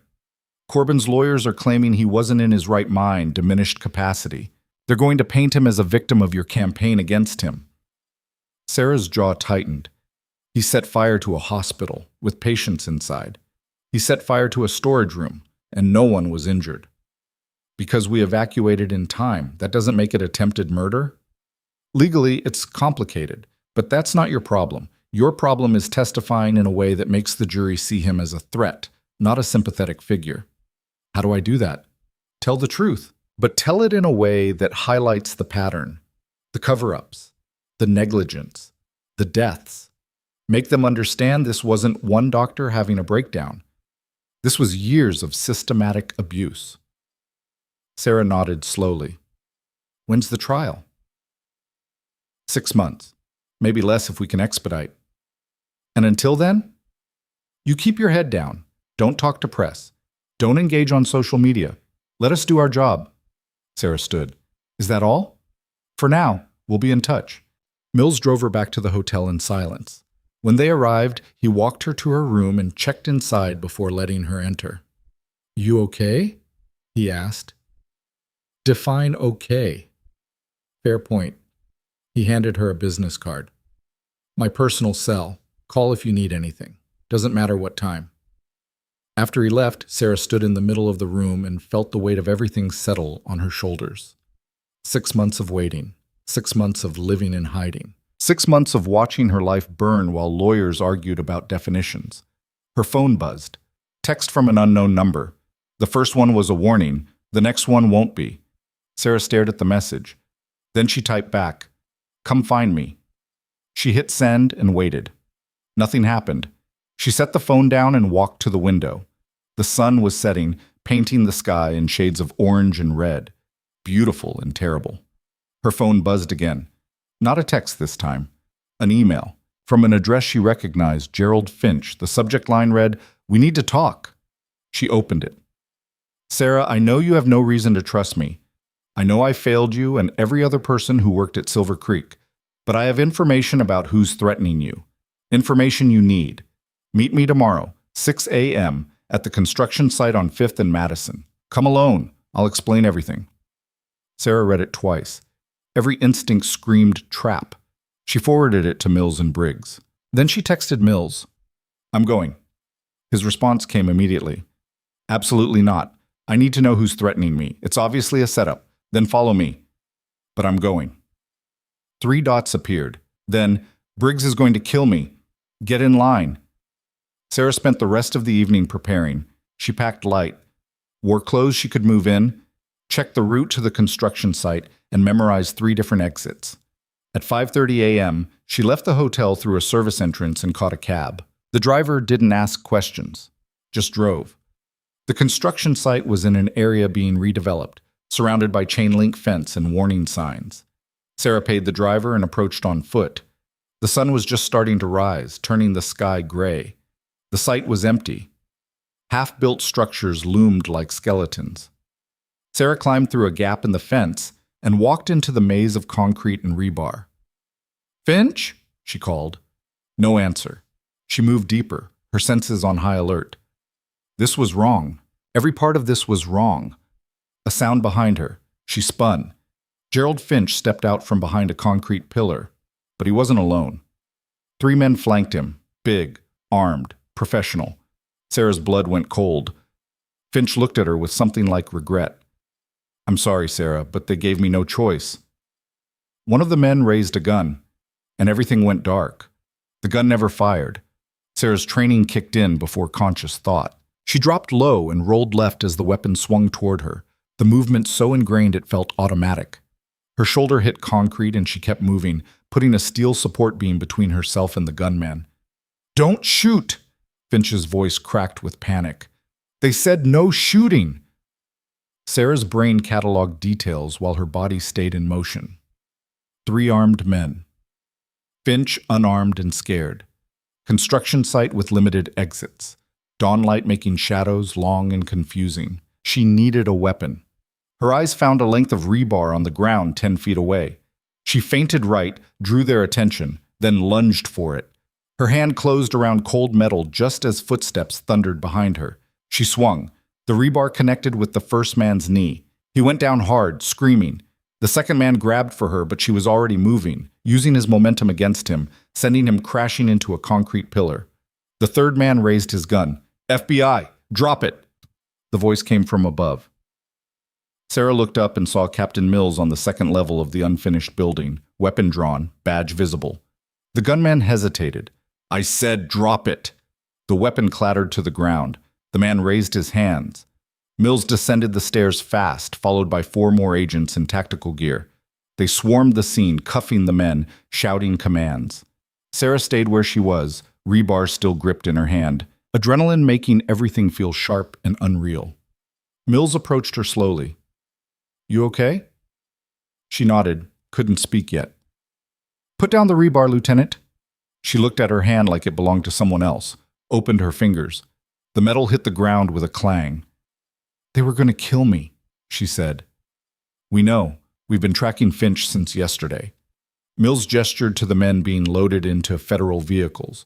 "They're hired muscle, low level, but they'll roll on whoever paid them." Sarah turned to Finch. He sat on the ground with his hands cuffed behind his back, looking 20 years older than he had a week ago. "Why?" she asked. He wouldn't meet her eyes. "They said they'd kill my family, my wife, my daughter. They showed me pictures of them, Sarah, at the grocery store, at school. They knew everything." "Who did?" "I don't know. I never saw faces, just voices on the phone, instructions." His voice broke. "They wanted you gone. Said if I didn't handle it, they'd handle my family." Mills crouched beside him. "You're going to tell us everything, every call, every instruction, every detail you remember." Finch nodded miserably. An agent approached Mills and handed him a phone and an evidence bag. "Found this on the lead gunman. Burner, but there's a call log." Mills examined it. 3 calls in the last 24 hours, all from the same number. He looked at Sarah. "We might actually get them." Sarah's legs felt weak. She sat on a chunk of concrete and let the shaking catch up to her. Mills gave her space, coordinating with his team, securing the scene. The sun rose higher, burning off the gray and painting everything gold. Sarah watched the federal agents work with the kind of efficiency that came from doing this 100 times. They photographed everything, bagged evidence, took statements. She was still sitting there when General Briggs arrived, his car screeching to a stop outside the fence. He climbed through the gap and walked straight to her. "You were supposed to wait for backup," he said. "I had backup. Mills was here. After you walked into a trap, it worked out." Briggs' expression was somewhere between fury and relief. "You could have died, but I didn't." She met his eyes. "And now we have them." He studied her for a long moment, then sat down beside her. "When I pulled you into this, I thought I was giving you a chance to get justice. I didn't think about what it would cost. Would it have changed anything? No, but I should have been honest about the price." Sarah looked at the construction site, at the places where men had tried to kill her and failed. "The price doesn't matter if no one pays it." Spoken like a soldier. "I was a medic. We don't get to choose whether people deserve saving. We just save them." "Is that what you did with Corbin? Saved him because you had to?" She thought about that. about catching his wrist when he jumped, about the split second where she could have let go and no one would have blamed her. I saved him because if I let him fall, I'd be what they said I was. Someone with a vendetta. Someone who wanted revenge more than justice. She stood. He doesn't get to make me that person. Briggs stood too. The DOJ wants you in protective custody until the trial. No. Sarah, eek. No, I'm not hiding. Not anymore. They tried to kill me and they failed. Let them try again. But I'm not running. Mills appeared before Briggs could respond. We got something, the number that called the burner. It's registered to a shell company, but we traced the company back to a law firm, Hartley and Associates. Sarah's stomach dropped. That's Silver Creek's law firm. Not just Silver Creek's. Hartley represents half the hospitals in Arizona, and they've been burying malpractice cases for 20 years. Mills pulled up something on his phone. We pulled their client list. Every hospital they represent has the same pattern. Complaints disappear. Doctors with records get moved to new facilities. Settlements with NDAs. It's bigger than Silver Creek, Sarah said. A lot bigger. Silver Creek was just the one that got exposed. Briggs's phone rang. He answered, listened, his face going hard. When he hung up, he looked at Sarah. That was the Attorney General. Based on what we found today, they're opening investigations into 12 hospitals across 3 states, all represented by Hartley and Associates. The magnitude of it hit Sarah like a wave. Not one hospital, 12. Not dozens of victims, hundreds, maybe thousands. How long has this been happening? She asked. Based on the firm's records, at least 15 years. Sarah sat back down. Her hands started shaking again, and this time she couldn't stop them. Mills crouched in front of her. Hey, look at me. You did this. You broke it open. Everything that happens now, every person who gets justice, every life that gets saved because these hospitals are forced to change, that's on you. People died, she whispered.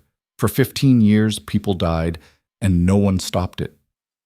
No one could stop it until someone was brave enough to speak up. That was you. She looked at him, at Briggs standing behind him, at the federal agents processing evidence that would bring down an empire built on silence and death. What happens now? She asked.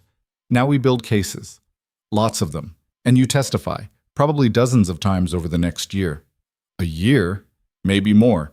This is going to be the biggest medical corruption case in Arizona history, possibly the country. Mills stood. You ready for that? Sarah thought about Daniel Peterson, about Rebecca Ortiz, about every nurse who'd ever been silenced and every patient who'd died because someone chose profit over people. Yes, she said. The next week was a blur. Sarah gave statements to the FBI, the DOJ, state investigators, and a grand jury.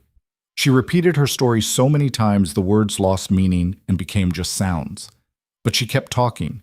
The media went nuclear. Every news outlet in the country picked up the story. Not just about Silver Creek anymore.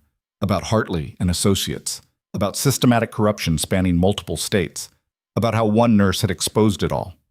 Sarah stopped watching the news, stopped reading articles about herself, just focused on the work. The DOJ set her up in a secure apartment downtown with 24-hour security. She couldn't go anywhere without an escort, couldn't contact anyone without approval. Her life became testimony prep and depositions and waiting. But things were happening outside her bubble. Hartley and Associates collapsed within days. Partners fled the country or flipped on each other for immunity deals. The firm's senior partner, a man named Richard Hartley who'd built the empire, was arrested trying to board a private plane to the Cayman Islands. The hospitals started falling next. CEOs resigned. Boards dissolved. The state medical board suspended dozens of doctors pending investigation. Dr. Marcus Corbin's trial was moved up. His lawyers tried every trick to delay or dismiss, but the evidence was overwhelming. Sarah testified for 6 hours, walking the jury through every complaint, every ignored warning, every death that could have been prevented. The defense tried to paint her as vindictive, as someone with a personal grudge who'd manufactured evidence to destroy an innocent man. Andrea Simmons, the DOJ prosecutor, destroyed that narrative in 15 minutes. Lieutenant Whitmore, she said, standing in front of the jury box. How many lives did you save during your military service? Sarah's lawyer objected, but the judge allowed it. I don't know the exact number, Sarah answered. Estimate. Hundreds, maybe more. And how many lives did you try to save at Silver Creek Medical Center? Every single one I encountered, including Dr. Corbin's life when he tried to jump from a fifth-story window?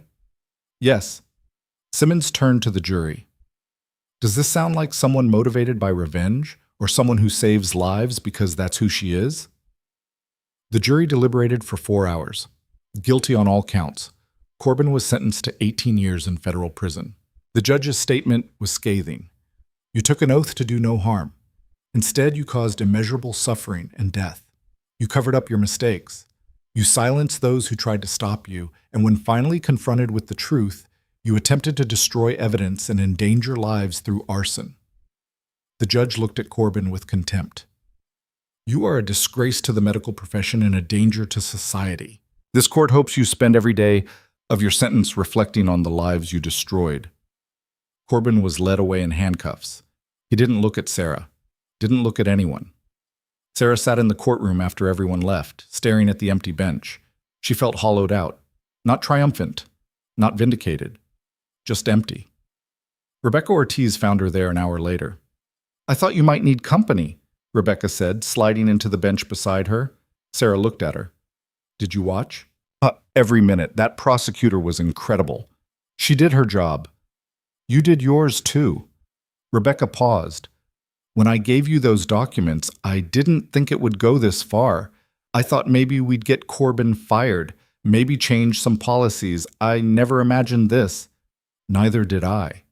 They sat in silence for a moment. What are you going to do now? Rebecca asked. Sarah didn't have an answer. She'd spent every moment of the last month focused on the trial. She hadn't thought beyond it. I don't know, she admitted. Well, when you figure it out, let me know, because I want to help. Sarah turned to her. Help with what? Whatever comes next. You broke this open. Someone needs to make sure it stays broken. Sarah's phone buzzed. Text from Briggs. A G's office. 1 hour. They want to talk to you. She showed Rebecca the message. Sounds important, Rebecca said. Everything's important now. The Attorney General's office was in a high-rise downtown, all glass and steel and American flags. Sarah was escorted to a conference room where Andrea Simmons waited with 2 people Sarah didn't recognize. Lieutenant Whitmore, thanks for coming. Simmons gestured to the others. This is Attorney General Patricia Vasquez and Deputy A.G. Michael Brennan. Sarah shook hands and sat. Vasquez spoke first. I'll get straight to it. The investigation you sparked has uncovered corruption in 12 hospitals, 4 law firms, and 3 medical boards. We're looking at hundreds of cases of malpractice, cover-ups, and fraud. The scope is staggering. I know, Sarah said. What you might not know is that we're not equipped to handle all of this. We need experts. People who understand how hospitals work, who can identify patterns, who can testify credibly. Vasquez leaned forward.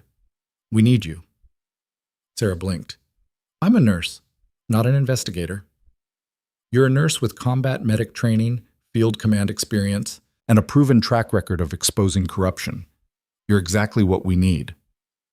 For what specifically? We want to create a task force, federal oversight for medical facilities, people embedded in hospitals across the state, watching for the kind of systematic abuse you uncovered at Silver Creek. Vasquez slid a folder across the table. We want you to lead it. Sarah stared at the folder. Lead it. Build the team, set the protocols, train the personnel. You'd have full federal authority and resources. Vasquez paused. You'd also have the power to actually fix the system instead of just exposing it. Sarah opened the folder. Inside was a job description, salary information, and a draft organizational chart. It was overwhelming. I need time to think, she said. You have 24 hours. After that, we move forward with or without you. Sarah took the folder and left. She drove to her old apartment, the one she'd abandoned when the threat started. It looked the same, felt different. She sat on the couch and read through the entire proposal. It was ambitious, maybe impossible. A federal task force with jurisdiction over every hospital in Arizona, teams of nurses, doctors, investigators, lawyers, all working to prevent what happened at Silver Creek from happening anywhere else. Her phone rang. Pam, I heard about the job offer, Pam said. How did you? Everyone knows. It's all over the nursing forums. People are losing their minds. Sarah closed her eyes. I don't know if I can do it. Why not? Because I'm not a leader. I'm just someone who refused to stay quiet. Sarah, you took on an entire hospital. You exposed systematic corruption. You testified against one of the most powerful doctors in the state. You survived assassination attempts. Pam's voice softened. If that's not leadership, what is? It's just stubbornness. Then maybe that's what leadership is. After Pam hung up, Sarah sat in the silence. She thought about the nurses who'd thanked her, the families who'd reached out saying her testimony gave them closure, the patients who were safer now because hospitals were too scared to cover up mistakes.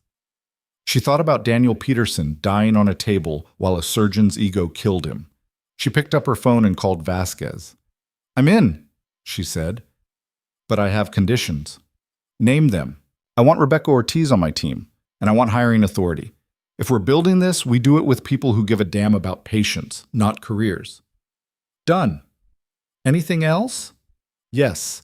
I want monthly public reports. Full transparency. No classified bullshit. No executive privilege. Everything we find goes on the record. Vasquez was quiet for a moment. That's going to make people uncomfortable. Good. Comfortable is how we got here. I'll run it by the AG, but I think we can work with that. Sarah hung up and stared at the ceiling. She'd just committed to rebuilding the entire medical oversight system in Arizona. She had no idea how to do it, but she'd figure it out. The next month was chaos. Sarah assembled a team of 12 people, pulling from nursing, military medicine, law enforcement, and legal backgrounds. Rebecca Ortiz was her second in command. They set up offices in a federal building and started the work of reviewing every hospital in the state. The resistance was immediate. Hospital administrators fought them at every turn. Doctors' unions filed lawsuits. Politicians who'd taken campaign donations from healthcare companies tried to cut their funding. None of it worked. Sarah's team was meticulous. They followed every protocol, documented everything. And when they found problems, which they did, constantly, they brought the hammer down. 3 hospitals were put under federal supervision within the first month. 2 more had their leadership completely replaced. Dozens of doctors faced license reviews. The medical community in Arizona was in open revolt. Sarah didn't care. She was in her office reviewing a case file when her assistant knocked. Ma'am, there's someone here to see you. Says it's urgent. Who? She wouldn't give a name, but she said you'd want to hear what she has to say. Sarah frowned. Send her in. The woman who entered was in her 60s, well-dressed, with the kind of composure that came from years of wielding power. Sarah recognized her from news photos. Judge Margaret Sullivan, Arizona Superior Court, one of the most respected judges in the state. Judge Sullivan, Sarah stood. What can I do for you? You can listen. Sullivan sat without being invited. I've been watching what you're doing, the task force, the investigations, the reforms, and I think you're making enemies faster than you can count them. I'm aware. Are you aware that some of those enemies are planning to destroy you?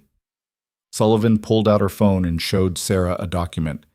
This is a sealed complaint, filed yesterday, alleging that you've exceeded your authority, violated civil rights, and conducted illegal searches.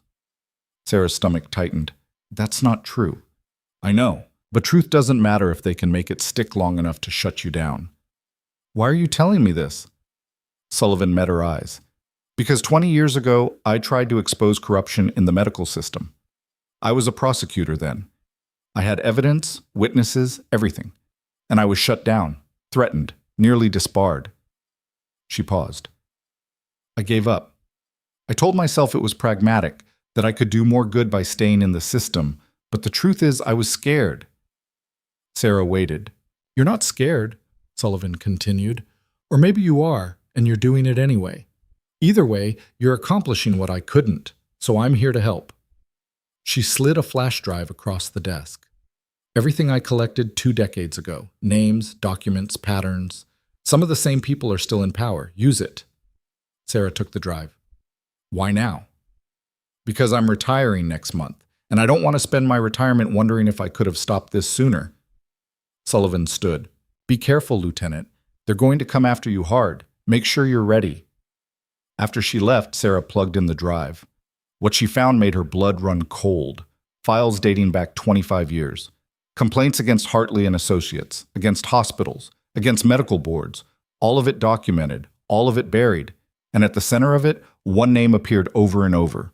Senator James Kirkland, current chairman of the State Healthcare Committee, former hospital administrator.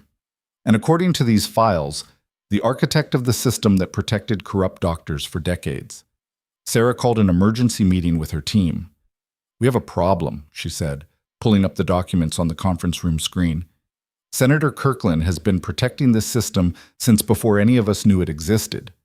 And according to these files, he's still doing it. Rebecca leaned forward. That's the senator trying to defund our task force. The same one. One of the investigators, a former FBI agent named Torres, whistled low. If we go after a sitting senator, we better have everything locked down tight. One mistake and he'll bury us. Then we don't make mistakes. Sarah looked at her team. I need everything on Kirkland, financial records, campaign donations, connections to Hartley and Associates, every hospital he's protected, every complaint he's buried. We build an airtight case. That's going to take weeks, Torres said. Then we work fast. They worked around the clock for 3 weeks. Sarah barely slept, living on coffee and stubbornness. The case they built was devastating.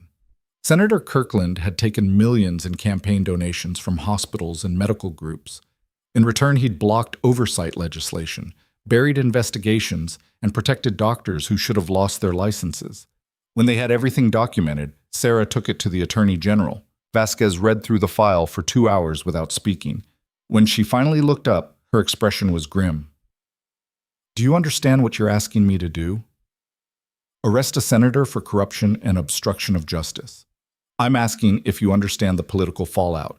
Kirkland has friends in D.C., in the State House, in every power structure that matters. I understand. Sarah leaned forward. I also understand that people died because he protected the system that killed them. So either we arrest him or we're no better than everyone who looked the way before. Vasquez studied her. You really don't care about the politics, do you? Not even a little. That's going to get you killed one day. Maybe, but not today. Vasquez closed the file. I'll take this to a grand jury, but Sarah, when this goes public, you need to be ready. Kirkland's going to fight, and he's going to target you personally. Let him try. The indictment came down 3 days later. Senator James Kirkland was arrested at his office in front of news cameras. The charges were extensive: corruption, obstruction of justice, conspiracy to commit fraud, and accessory to multiple counts of manslaughter. The political earthquake was immediate. Kirkland's allies denounced the charges as political persecution. His enemies called for his resignation. The media descended like locusts, and Sarah became the most famous and most hated person in Arizona. She was walking to her car after work when someone threw a bottle at her. It missed, shattering on the pavement. Security rushed her inside. You can't keep doing this, her head of security said. The threats are getting worse. Then increase security. Lieutenant, we're stretched thin as it is. If they really want to get to you, then they get to me. I'm not hiding. That night, someone firebombed her car in the parking garage. Security cameras caught 2 men in masks. They were gone before anyone could respond. Sarah stood in the garage watching her car burn and felt nothing. Just a cold, steady certainty that she was doing the right thing. Briggs found her there. This needs to stop, he said. Agreed. You want to help me find who hired them? I want you to step back. Let someone else take point. No. Sarah, no. She turned to face him. I started this. I'm finishing it. It might finish you first. Then at least I went down swinging. Briggs looked at her for a long moment. You're the most stubborn person I've ever met. You say that like it's a bad thing. He almost smiled. Just promise me you'll be careful. I promise to be smart. Careful's a different thing. Kirkland's trial was set for 2 months out. But before it could begin, something happened that changed everything. Sarah was in her office when Torres burst in without knocking. We got him, Torres said, breathless. Got who? Kirkland. He's trying to flee. TSA flagged him at the airport 20 minutes ago, bought a one-way ticket to Brazil. Sarah was on her feet. Where is he now? Detained. Federal agents are bringing him in. They watched the arrest on live television. Kirkland in handcuffs, being led through the airport while reporters shouted questions. His face was a mask of fury and fear. His bail was revoked that afternoon. The trial became a media spectacle. Every day brought new revelations. Emails showing Kirkland coordinating cover-ups. Financial records proving payoffs. Testimony from whistleblowers he'd threatened into silence. Sarah testified for 3 days. She walked the jury through the system Kirkland had built and maintained, showed them the human cost, named the victims. When she was done, the courtroom was silent. The jury took 6 hours. Guilty on all counts. Kirkland was sentenced to 22 years in federal prison. As they let him out, he looked at Sarah sitting in the gallery. Their eyes met. You destroyed my life, he said. No, Sarah replied. You did that yourself. I just made sure everyone knew. After the trial, Sarah stood on the courthouse steps and faced a wall of cameras and microphones. Justice isn't comfortable, she said. It's not convenient. It doesn't care about politics or power or who you know. It just is. And today it was served. A reporter shouted, What's next for you, Lieutenant Whitmore? Sarah thought about the question, about the task force still running, about the hospitals still being investigated, about the work that was just beginning. Next, we keep going, she said, because this isn't over. It's never over. We just have to decide if we're willing to fight for it. She walked away from the cameras, from the questions, from the noise. Rebecca fell into step beside her. That was very inspirational. I was going for honest. Same thing, sometimes. They walked in silence for a moment. Sarah, Rebecca said quietly. There's something you should know. We've been getting reports. Other states are starting their own task forces, modeled on ours. They're calling it the Whitmore Protocol. Sarah stopped walking. They're what? Using your model, your methods, your standards. It's spreading. Sarah didn't know what to say. She'd set out to fix one hospital. Now she'd accidentally started a movement. Her phone buzzed. Text from Mills. Package delivered to your office. You're going to want to see this. Sarah and Rebecca headed back to the federal building. On Sarah's desk sat a cardboard box with no return address. Torres was already there, looking nervous. We scanned it. It's clean, but you should open it carefully.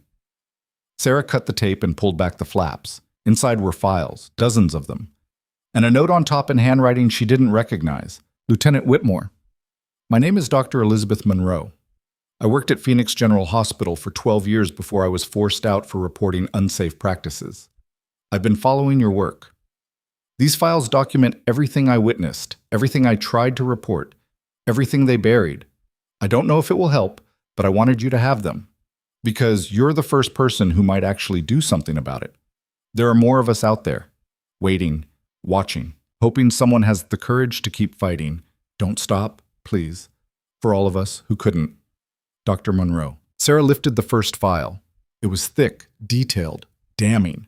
She looked at Rebecca. Get the team. We're going to need more people. Rebecca smiled. On it. Sarah sat down and started reading. The files painted a picture of systematic abuse at Phoenix General that made Silver Creek look minor. She was 3 files in when her phone rang. Unknown number. She answered. Is this Lieutenant Sarah Whitmore? Who is this? A woman's voice shaking. My name is Dr. Caroline Webster. I work at Mesa Community Hospital. I need help. They're covering up patient deaths and I don't know who else to call. Sarah grabbed a pen. Tell me everything. As Dr. Webster talked, Sarah took notes. Another hospital, another cover-up, another person who'd tried to do the right thing and been silenced, another fight. But this time, Sarah wasn't alone. This time, she had a team, resources, authority. This time, she could actually win. She was still on the phone when her office door opened and someone she didn't expect walked in. Gerald Finch. He looked terrible, thinner, older, broken. Sarah held up a finger to Dr. Webster. Hold on one second. She covered the phone. What are you doing here? Finch pulled an envelope from his jacket. I made a deal with the feds, testimony for reduced sentence. Part of that deal was giving them everything I know about the hospitals Hartley represented. He set the envelope on her desk. This is a list of every hospital administrator who knew about the cover-ups, every doctor who was protected, every board member who voted to bury complaints. Sarah stared at the envelope. Why give this to me? Because you're the only person I trust to actually use it. He turned to leave, then stopped. I'm sorry. For everything. I was a coward. But maybe this makes up for it. A little. He left before she could respond. Sarah picked up the envelope. Inside were names, dozens of them. A roadmap to burning down what was left of the corrupt system. She went back to Dr. Webster on the phone. Doctor, I'm going to need you to document everything. Can you do that? Yes. But what if they find out? What if they come after me like they came after you? Sarah thought about the car bomb, the death threats, the assassination attempt, all of it. Then you fight, she said, and you remember that you're not alone anymore. After Dr. Webster hung up, Sarah sat in her office surrounded by files and evidence and the weight of a fight that had grown far bigger than she'd ever imagined. Rebecca appeared in the doorway. The team's assembled. What do you need? Sarah looked at the files from Dr. Monroe, the envelope from Finch, the notes from Dr. Webster. We're going to need a bigger office, she said. The bigger office turned out to be an entire floor.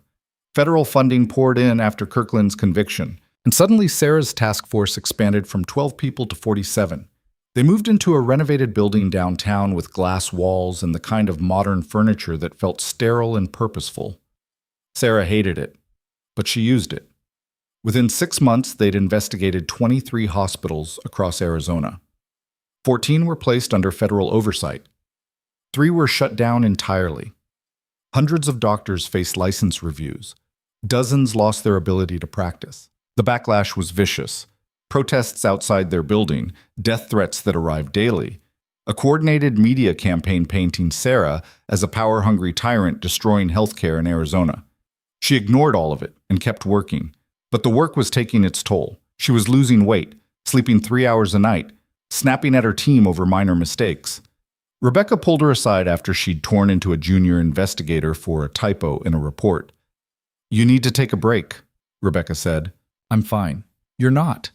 You haven't taken a day off in 4 months. You look like hell, and you're treating people like they're enemies instead of allies.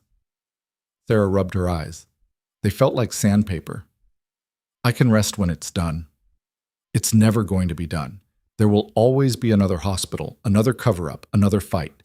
If you burn out, what happens to all of this? Someone else takes over. No one else can do what you do. You know that. Rebecca's voice softened. But you can't do it if you're dead. And at the rate you're going, that's where this ends. Sarah knew she was right. She could feel it in her bones, the exhaustion that went deeper than sleep could fix. But stopping felt impossible.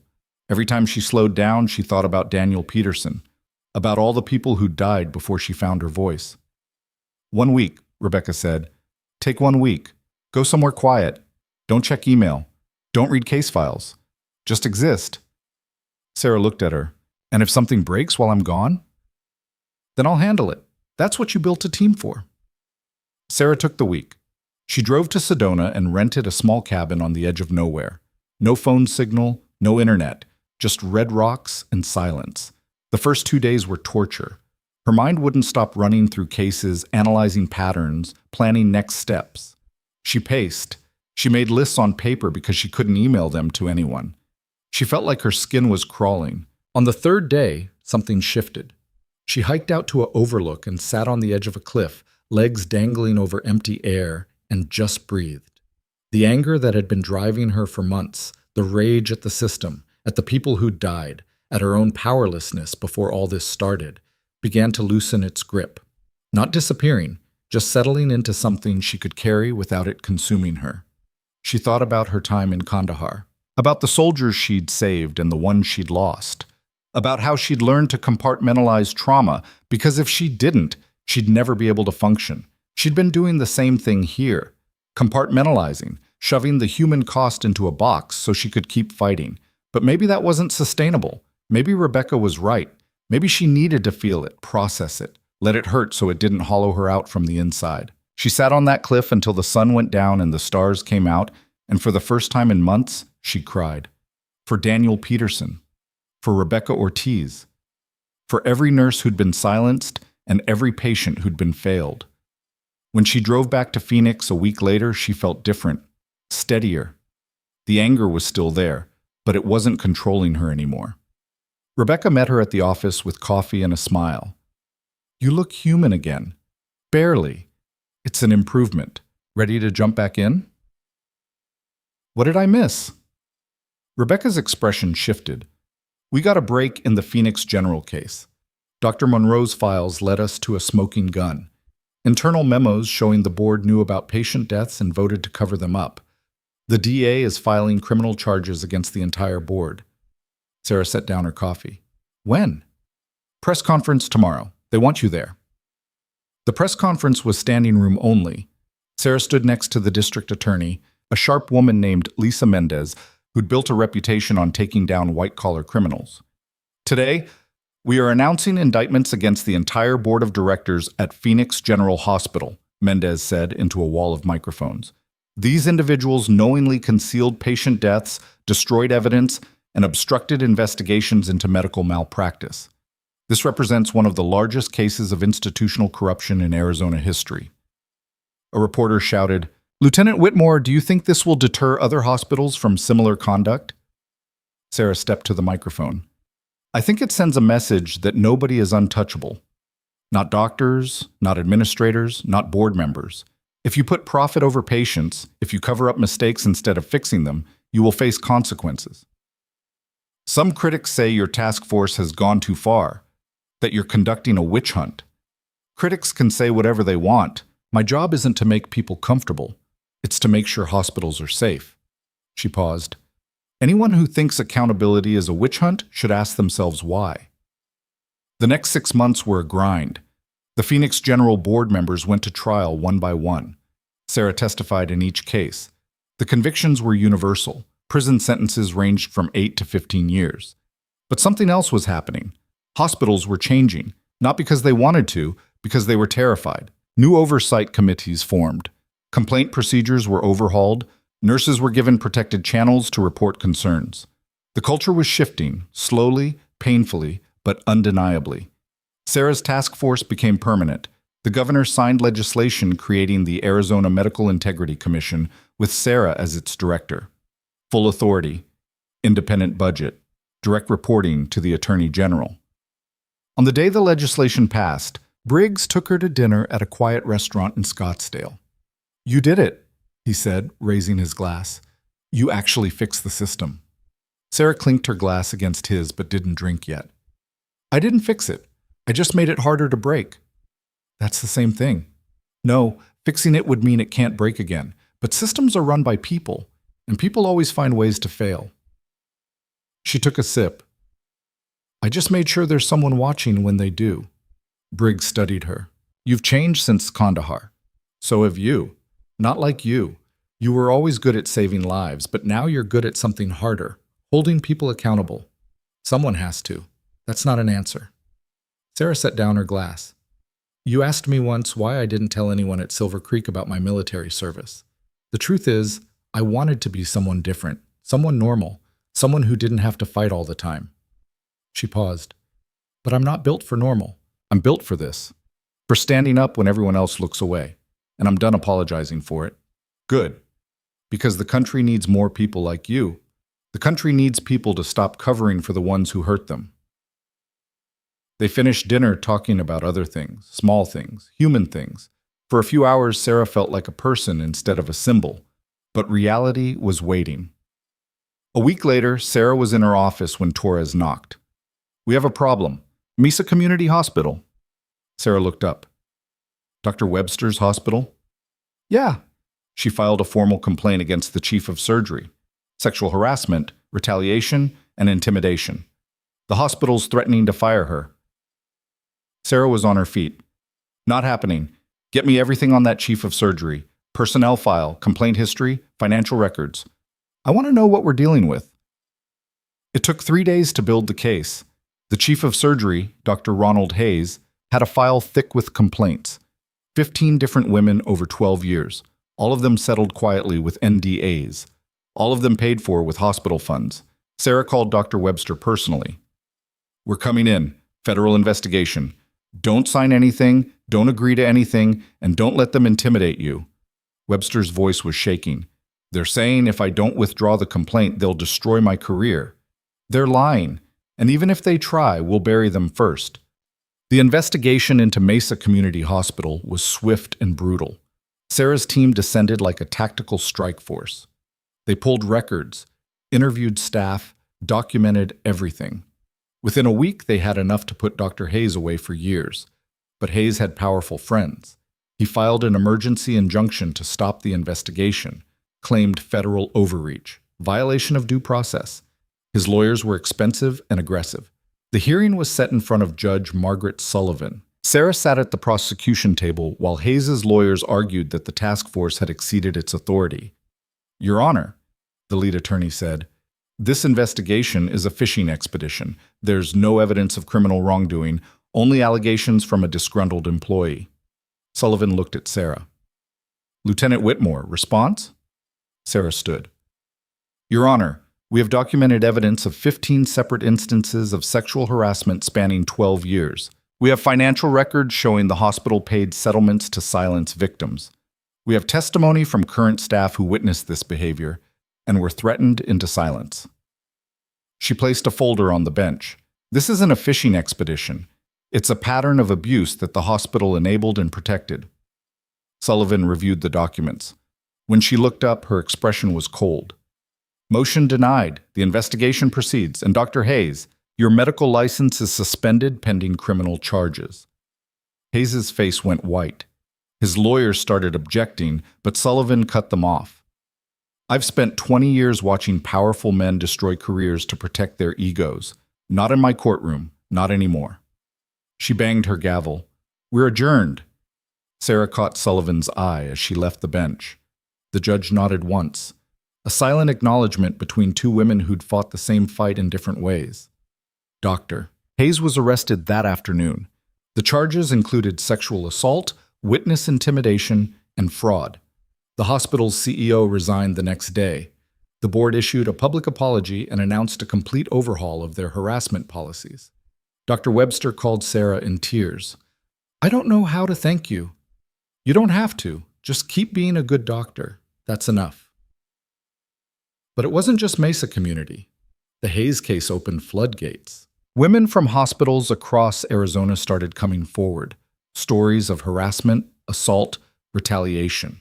All of it buried, all of it protected by institutions that valued reputation over people. Sarah's task force expanded again. They created a dedicated unit for workplace harassment investigations. Within a year, they'd investigated 37 cases. 24 resulted in criminal charges. 13 hospitals faced federal oversight. The culture was changing, slowly, but changing. 2 years after Silver Creek closed, Sarah stood in a conference room at the federal building surrounded by her team. On the wall were charts tracking their cases, convictions, policy changes, lives saved. Rebecca stood beside her, looking at the data. "We've investigated 60 hospitals. 43 are under new management. Over 200 doctors have lost their licenses, and patient safety complaints have dropped by 38% across the state." Sarah stared at the numbers. "That means 62% of complaints are still happening. Sarah, look at what we've accomplished." "I'm looking at what we haven't." Rebecca turned to face her. "You can't fix everything. You can't save everyone. At some point, you have to acknowledge that what you've done matters." Sarah knew she was right, but letting go felt like admitting defeat. Her phone rang. Unknown number. She almost didn't answer. "This is Whitmore." "Lieutenant Whitmore, this is Colonel Patricia Hendricks, U.S. Army Medical Command. I'm calling because we've been following your work in Arizona with great interest." Sarah's pulse quickened. "Colonel, we'd like to implement the Whitmore Protocol nationwide. Military medical facilities first, then expand to VA hospitals. We want you to lead the program." Sarah sat down. That's a big ask. It's a big problem, and you're the only person who's proven they can fix it. I have commitments here. We know. We're prepared to work with Arizona to ensure your task force continues. But we need you for this.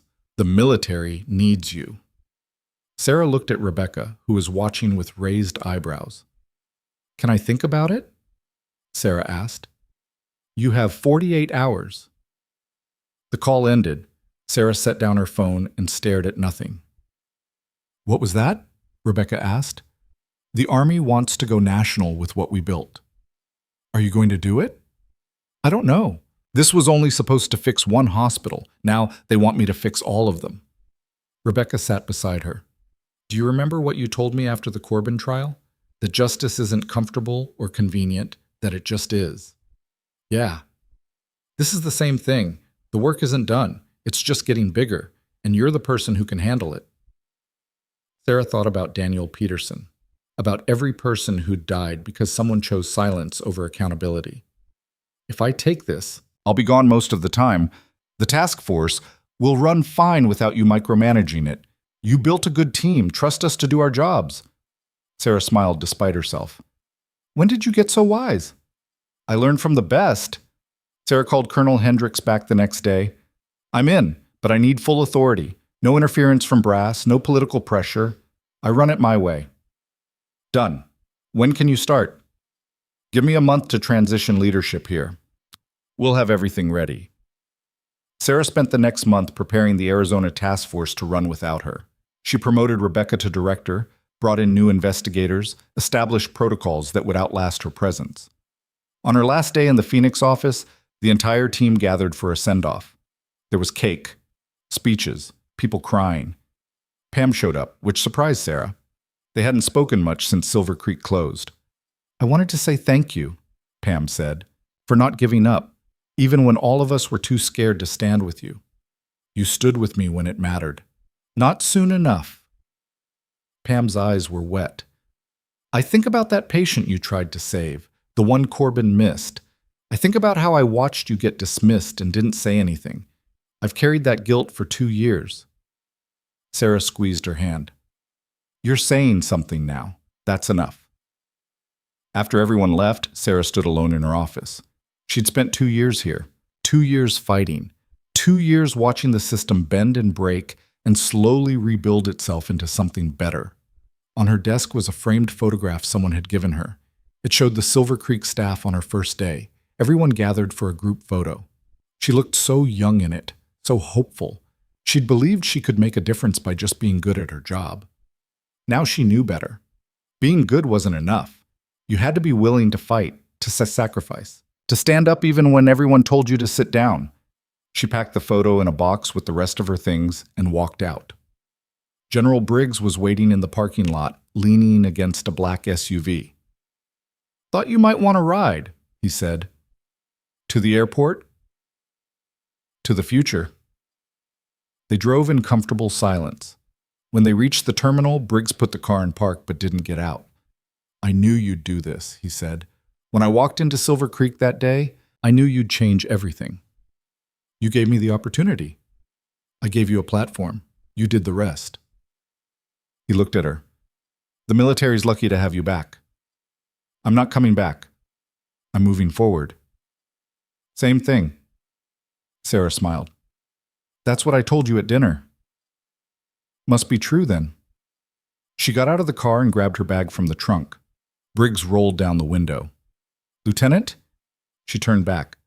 Don't let them break you. The work you're about to do, it's going to be harder than anything you faced here. More resistance, more pushback, more people who'd rather bury the truth than face it. I know. Good, because the moment you forget that, they win. Sarah nodded. See you around, General. Not if you do your job right. You'll be too busy saving lives. The flight to Washington was long. Sarah used the time to review files on the military medical facilities she'd be investigating. The patterns were already visible. The same cover-ups, the same silence, the same people suffering because institutions valued image over integrity. But this time, she had experience, resources, a proven track record. And she wasn't alone. Her phone buzzed with a text from Rebecca. First day without you, and we already closed a case. Mesa Regional. Board resigned, new policies implemented. We got this. Sarah typed back. Never doubted it. Another text, this time from Dr. Webster, started a support group for medical professionals who faced harassment. 20 people showed up. Thank you for giving us hope. Sarah stared at that message for a long time. Hope. That's what this had all been about. Not revenge, not punishment. Hope that the system could be better, that people could be safer, that speaking up mattered. When she landed in D.C., Colonel Hendricks met her at the gate. Lieutenant Whitmore, welcome. We have a lot of work to do. Then we'd better get started. They drove to the Pentagon, where Sarah was introduced to a team of 20 military investigators, medical professionals, and legal experts, people who'd been handpicked for this mission. Your reputation precedes you, Hendricks said as they walked through the corridors. Half these people requested to work with you specifically. The other half were voluntold, but they're excited anyway. Sarah looked at the team assembled in the briefing room. Young faces, determined faces, people who wanted to make a difference. She thought about her own team back in Arizona, about how scared she'd been on her first day at Silver Creek, about how much had changed. Before we start, Sarah said to the room, I need you to understand something. This work will cost you. It will cost you sleep, relationships, maybe your career if you push too hard against the wrong people. Some of you will burn out. Some of you will quit, and that's okay. She paused, making eye contact with each person. But if you stay, if you commit to this, you will save lives. You will hold people accountable who thought they were untouchable. You will change a system that has failed countless patients because nobody was willing to stand up and say this is wrong. Her voice hardened. That's what we're here to do, not to be popular, not to be comfortable, to be right, even when it's hard, especially when it's hard. The room was silent. So if anyone wants out, now's the time. No judgment, but if you stay, I need you all in. Nobody moved. Hendricks smiled. I think you have your team, Lieutenant. The first investigation took them to Walter Reed Medical Center. Reports of surgical errors being covered up, nurses being intimidated into silence. The same pattern Sarah had seen at Silver Creek, but this time, she knew exactly what to do. Her team moved like a military operation. Precise, efficient, relentless. Within 3 weeks, they documented enough misconduct to force a complete overhaul of the facility's leadership. The second investigation was faster. Then the third. By the 6th month, they'd investigated 15 facilities. 12 faced major reforms. 3 were placed under direct Pentagon oversight. The resistance was fierce. Generals who didn't like being told their medical facilities were failing. Doctors who accused Sarah of conducting a personal vendetta. Politicians who tried to defund the program. None of it worked, because Sarah had learned something in Arizona. The truth was a weapon, and if you documented everything, if you built cases that were airtight and indisputable, nobody could stop you. A year into the program, Sarah was called to testify before Congress. The Senate Armed Services Committee wanted answers about why so many military medical facilities were being investigated. She sat at the witness table in a room full of senators, cameras, and hostile questions. Lieutenant Whitmore, Senator Davies began, some have suggested that your investigations are politically motivated, that you're targeting facilities based on personal bias rather than evidence. Sarah met his eyes. Senator, every investigation my team conducts is based on documented evidence. We don't target facilities. We respond to complaints from patients and medical staff. If you're suggesting we should ignore those complaints to avoid political controversy, I'd ask you to consider what that says about your priorities. Davies's face reddened. I'm suggesting that your methods are heavy-handed, and I'm suggesting that patient safety is more important than protecting institutional reputations. Sarah leaned forward. Over the last year, we've investigated 15 military medical facilities. We've documented over 200 instances of medical negligence, cover-ups, and patient harm.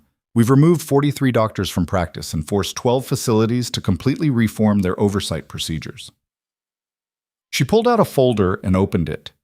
This is Amanda Torres, Marine Corps veteran, died from a post-surgical infection at Fort Bragg Medical Center because her nurses reported the infection to the attending physician and were ignored. The facility buried the incident to avoid scrutiny. Sarah looked at Davies. Is investigating that death politically motivated? Or is it our job? The room was silent. That's what I thought, Sarah said. The hearing lasted 4 hours. When it ended, the committee voted unanimously to expand funding for Sarah's program. Outside the chamber, reporters swarmed. Sarah gave them a simple statement. We're not here to destroy military medicine. We're here to make it worthy of the people who serve. That night, Sarah sat alone in her hotel room and finally let herself feel the weight of what she'd accomplished. Not just the investigations or the convictions, but the cultural shift. The understanding that silence was no longer acceptable. That people who spoke up would be protected instead of punished. Her phone rang. Rebecca. Did you watch the hearing? Sarah asked. Every second, you destroyed that senator. I just told the truth. Same thing. Rebecca paused. I'm proud of you. We all are. How are things in Arizona? Good. Busy. We've trained teams in 3 other states now: California, Nevada, New Mexico. They're all implementing the protocol. Sarah closed her eyes. It's spreading. Like wildfire. You started something you can't stop now. I don't want to stop it. Good, because you're invited to speak at a national healthcare conference next month. They want you to present the Whitmore protocol to hospital administrators from all 50 states.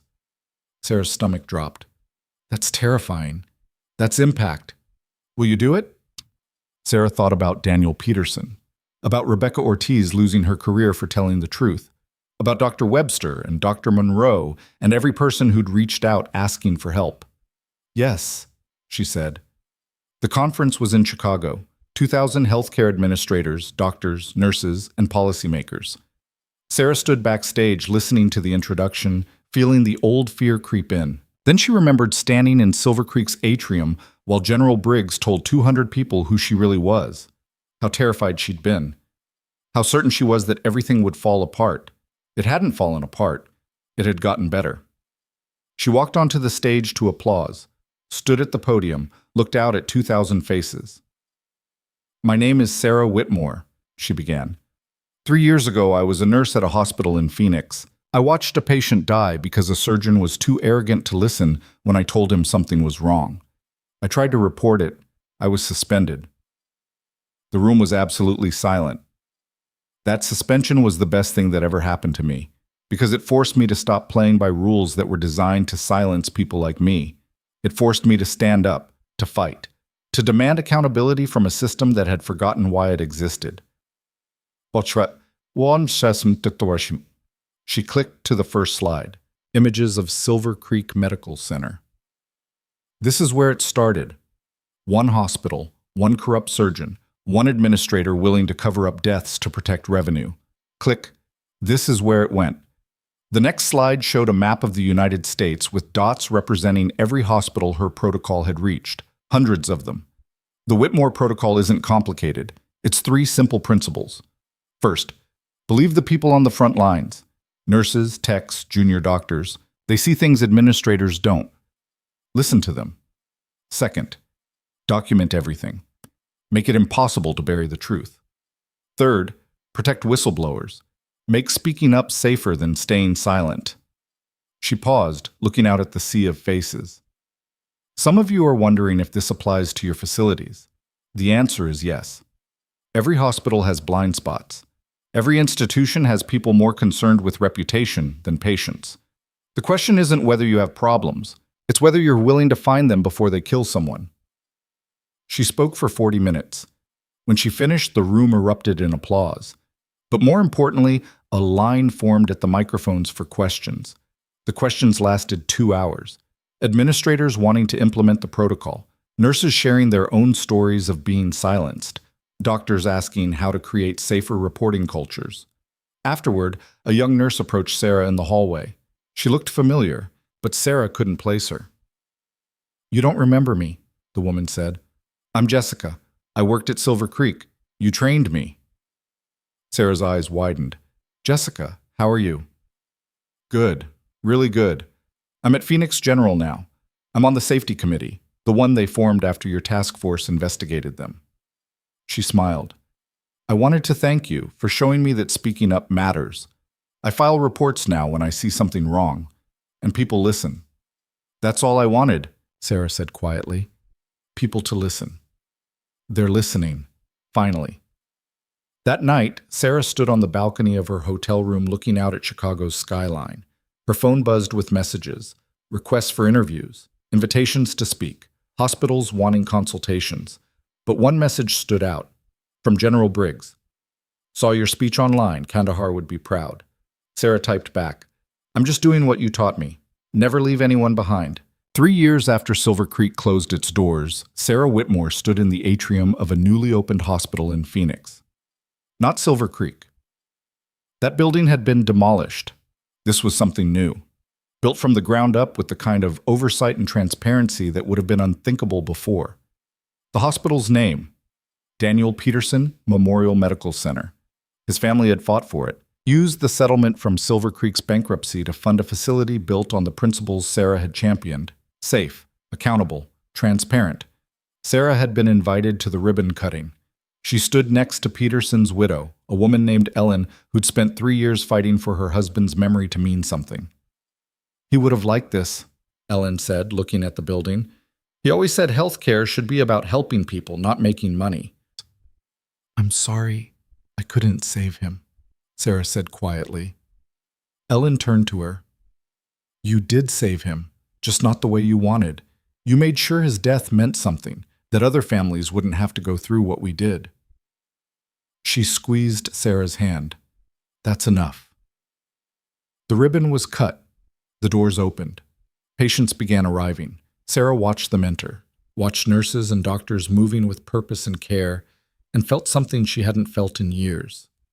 Peace. Not because the work was done, it never would be, but because she'd proven that one person could make a difference, that speaking up mattered, that systems could change if enough people demanded it. Her phone rang. Colonel Hendricks. Lieutenant, we have a situation at Fort Carson Medical Center. Multiple complaints, possible cover-up. How soon can you get there? Sarah looked at the hospital one more time, at the name on the building, at the legacy of a man who died because nobody listened. I'll be there tomorrow, she said. Good, we need you. Sarah hung up and walked to her car. Rebecca was waiting, leaning against the driver's side door. Another case? Rebecca asked. Always another case. You ever think about stopping, taking a real break? Sarah thought about that, about retirement, about a quiet life where she didn't have to fight every day. No, she said honestly. This is what I'm built for, fighting, standing up, making sure the people without power have someone in their corner. That's very noble. It's very exhausting, Rebecca laughed. But you wouldn't change it. Not for anything. They got in the car and drove. The Phoenix skyline faded behind them, replaced by desert and open road and the promise of another fight ahead. Sarah's phone buzzed with incoming messages. More reports, more complaints, more people who needed help. She'd answer everyone. Because 3 years ago, she'd been a nurse nobody listened to, someone easily dismissed and quickly forgotten. She'd had a choice then. Stay quiet and keep her job, or speak up and risk everything. She'd chosen to speak up, and in doing so, she'd discovered something the system had tried very hard to make her forget, that one voice speaking truth, refusing to be silenced, could start an avalanche. That accountability wasn't just possible, it was inevitable if enough people demanded it. That power didn't come from position or title or authority, it came from being willing to stand up when everyone else sat down. Sarah Whitmore had been underestimated her entire career. People had looked at her and seen just a nurse, just a woman, just someone who should follow orders and stay in her lane. They'd been wrong. And now, driving toward another hospital that needed fixing, another system that needed shaking, another fight that needed fighting, Sarah understood something she hadn't known at Silver Creek. The people who'd dismissed her hadn't taken anything from her. They'd given her exactly what she needed, a reason to prove them wrong. And she'd spend the rest of her life doing exactly that. One hospital at a time, one case at a time, one truth at a time. Until the day came when nurses were believed, when patients were protected, when speaking up was rewarded instead of punished. That day might never come. The work might never be finished, but Sarah Whitmore would die trying. And that, she'd learned, was enough.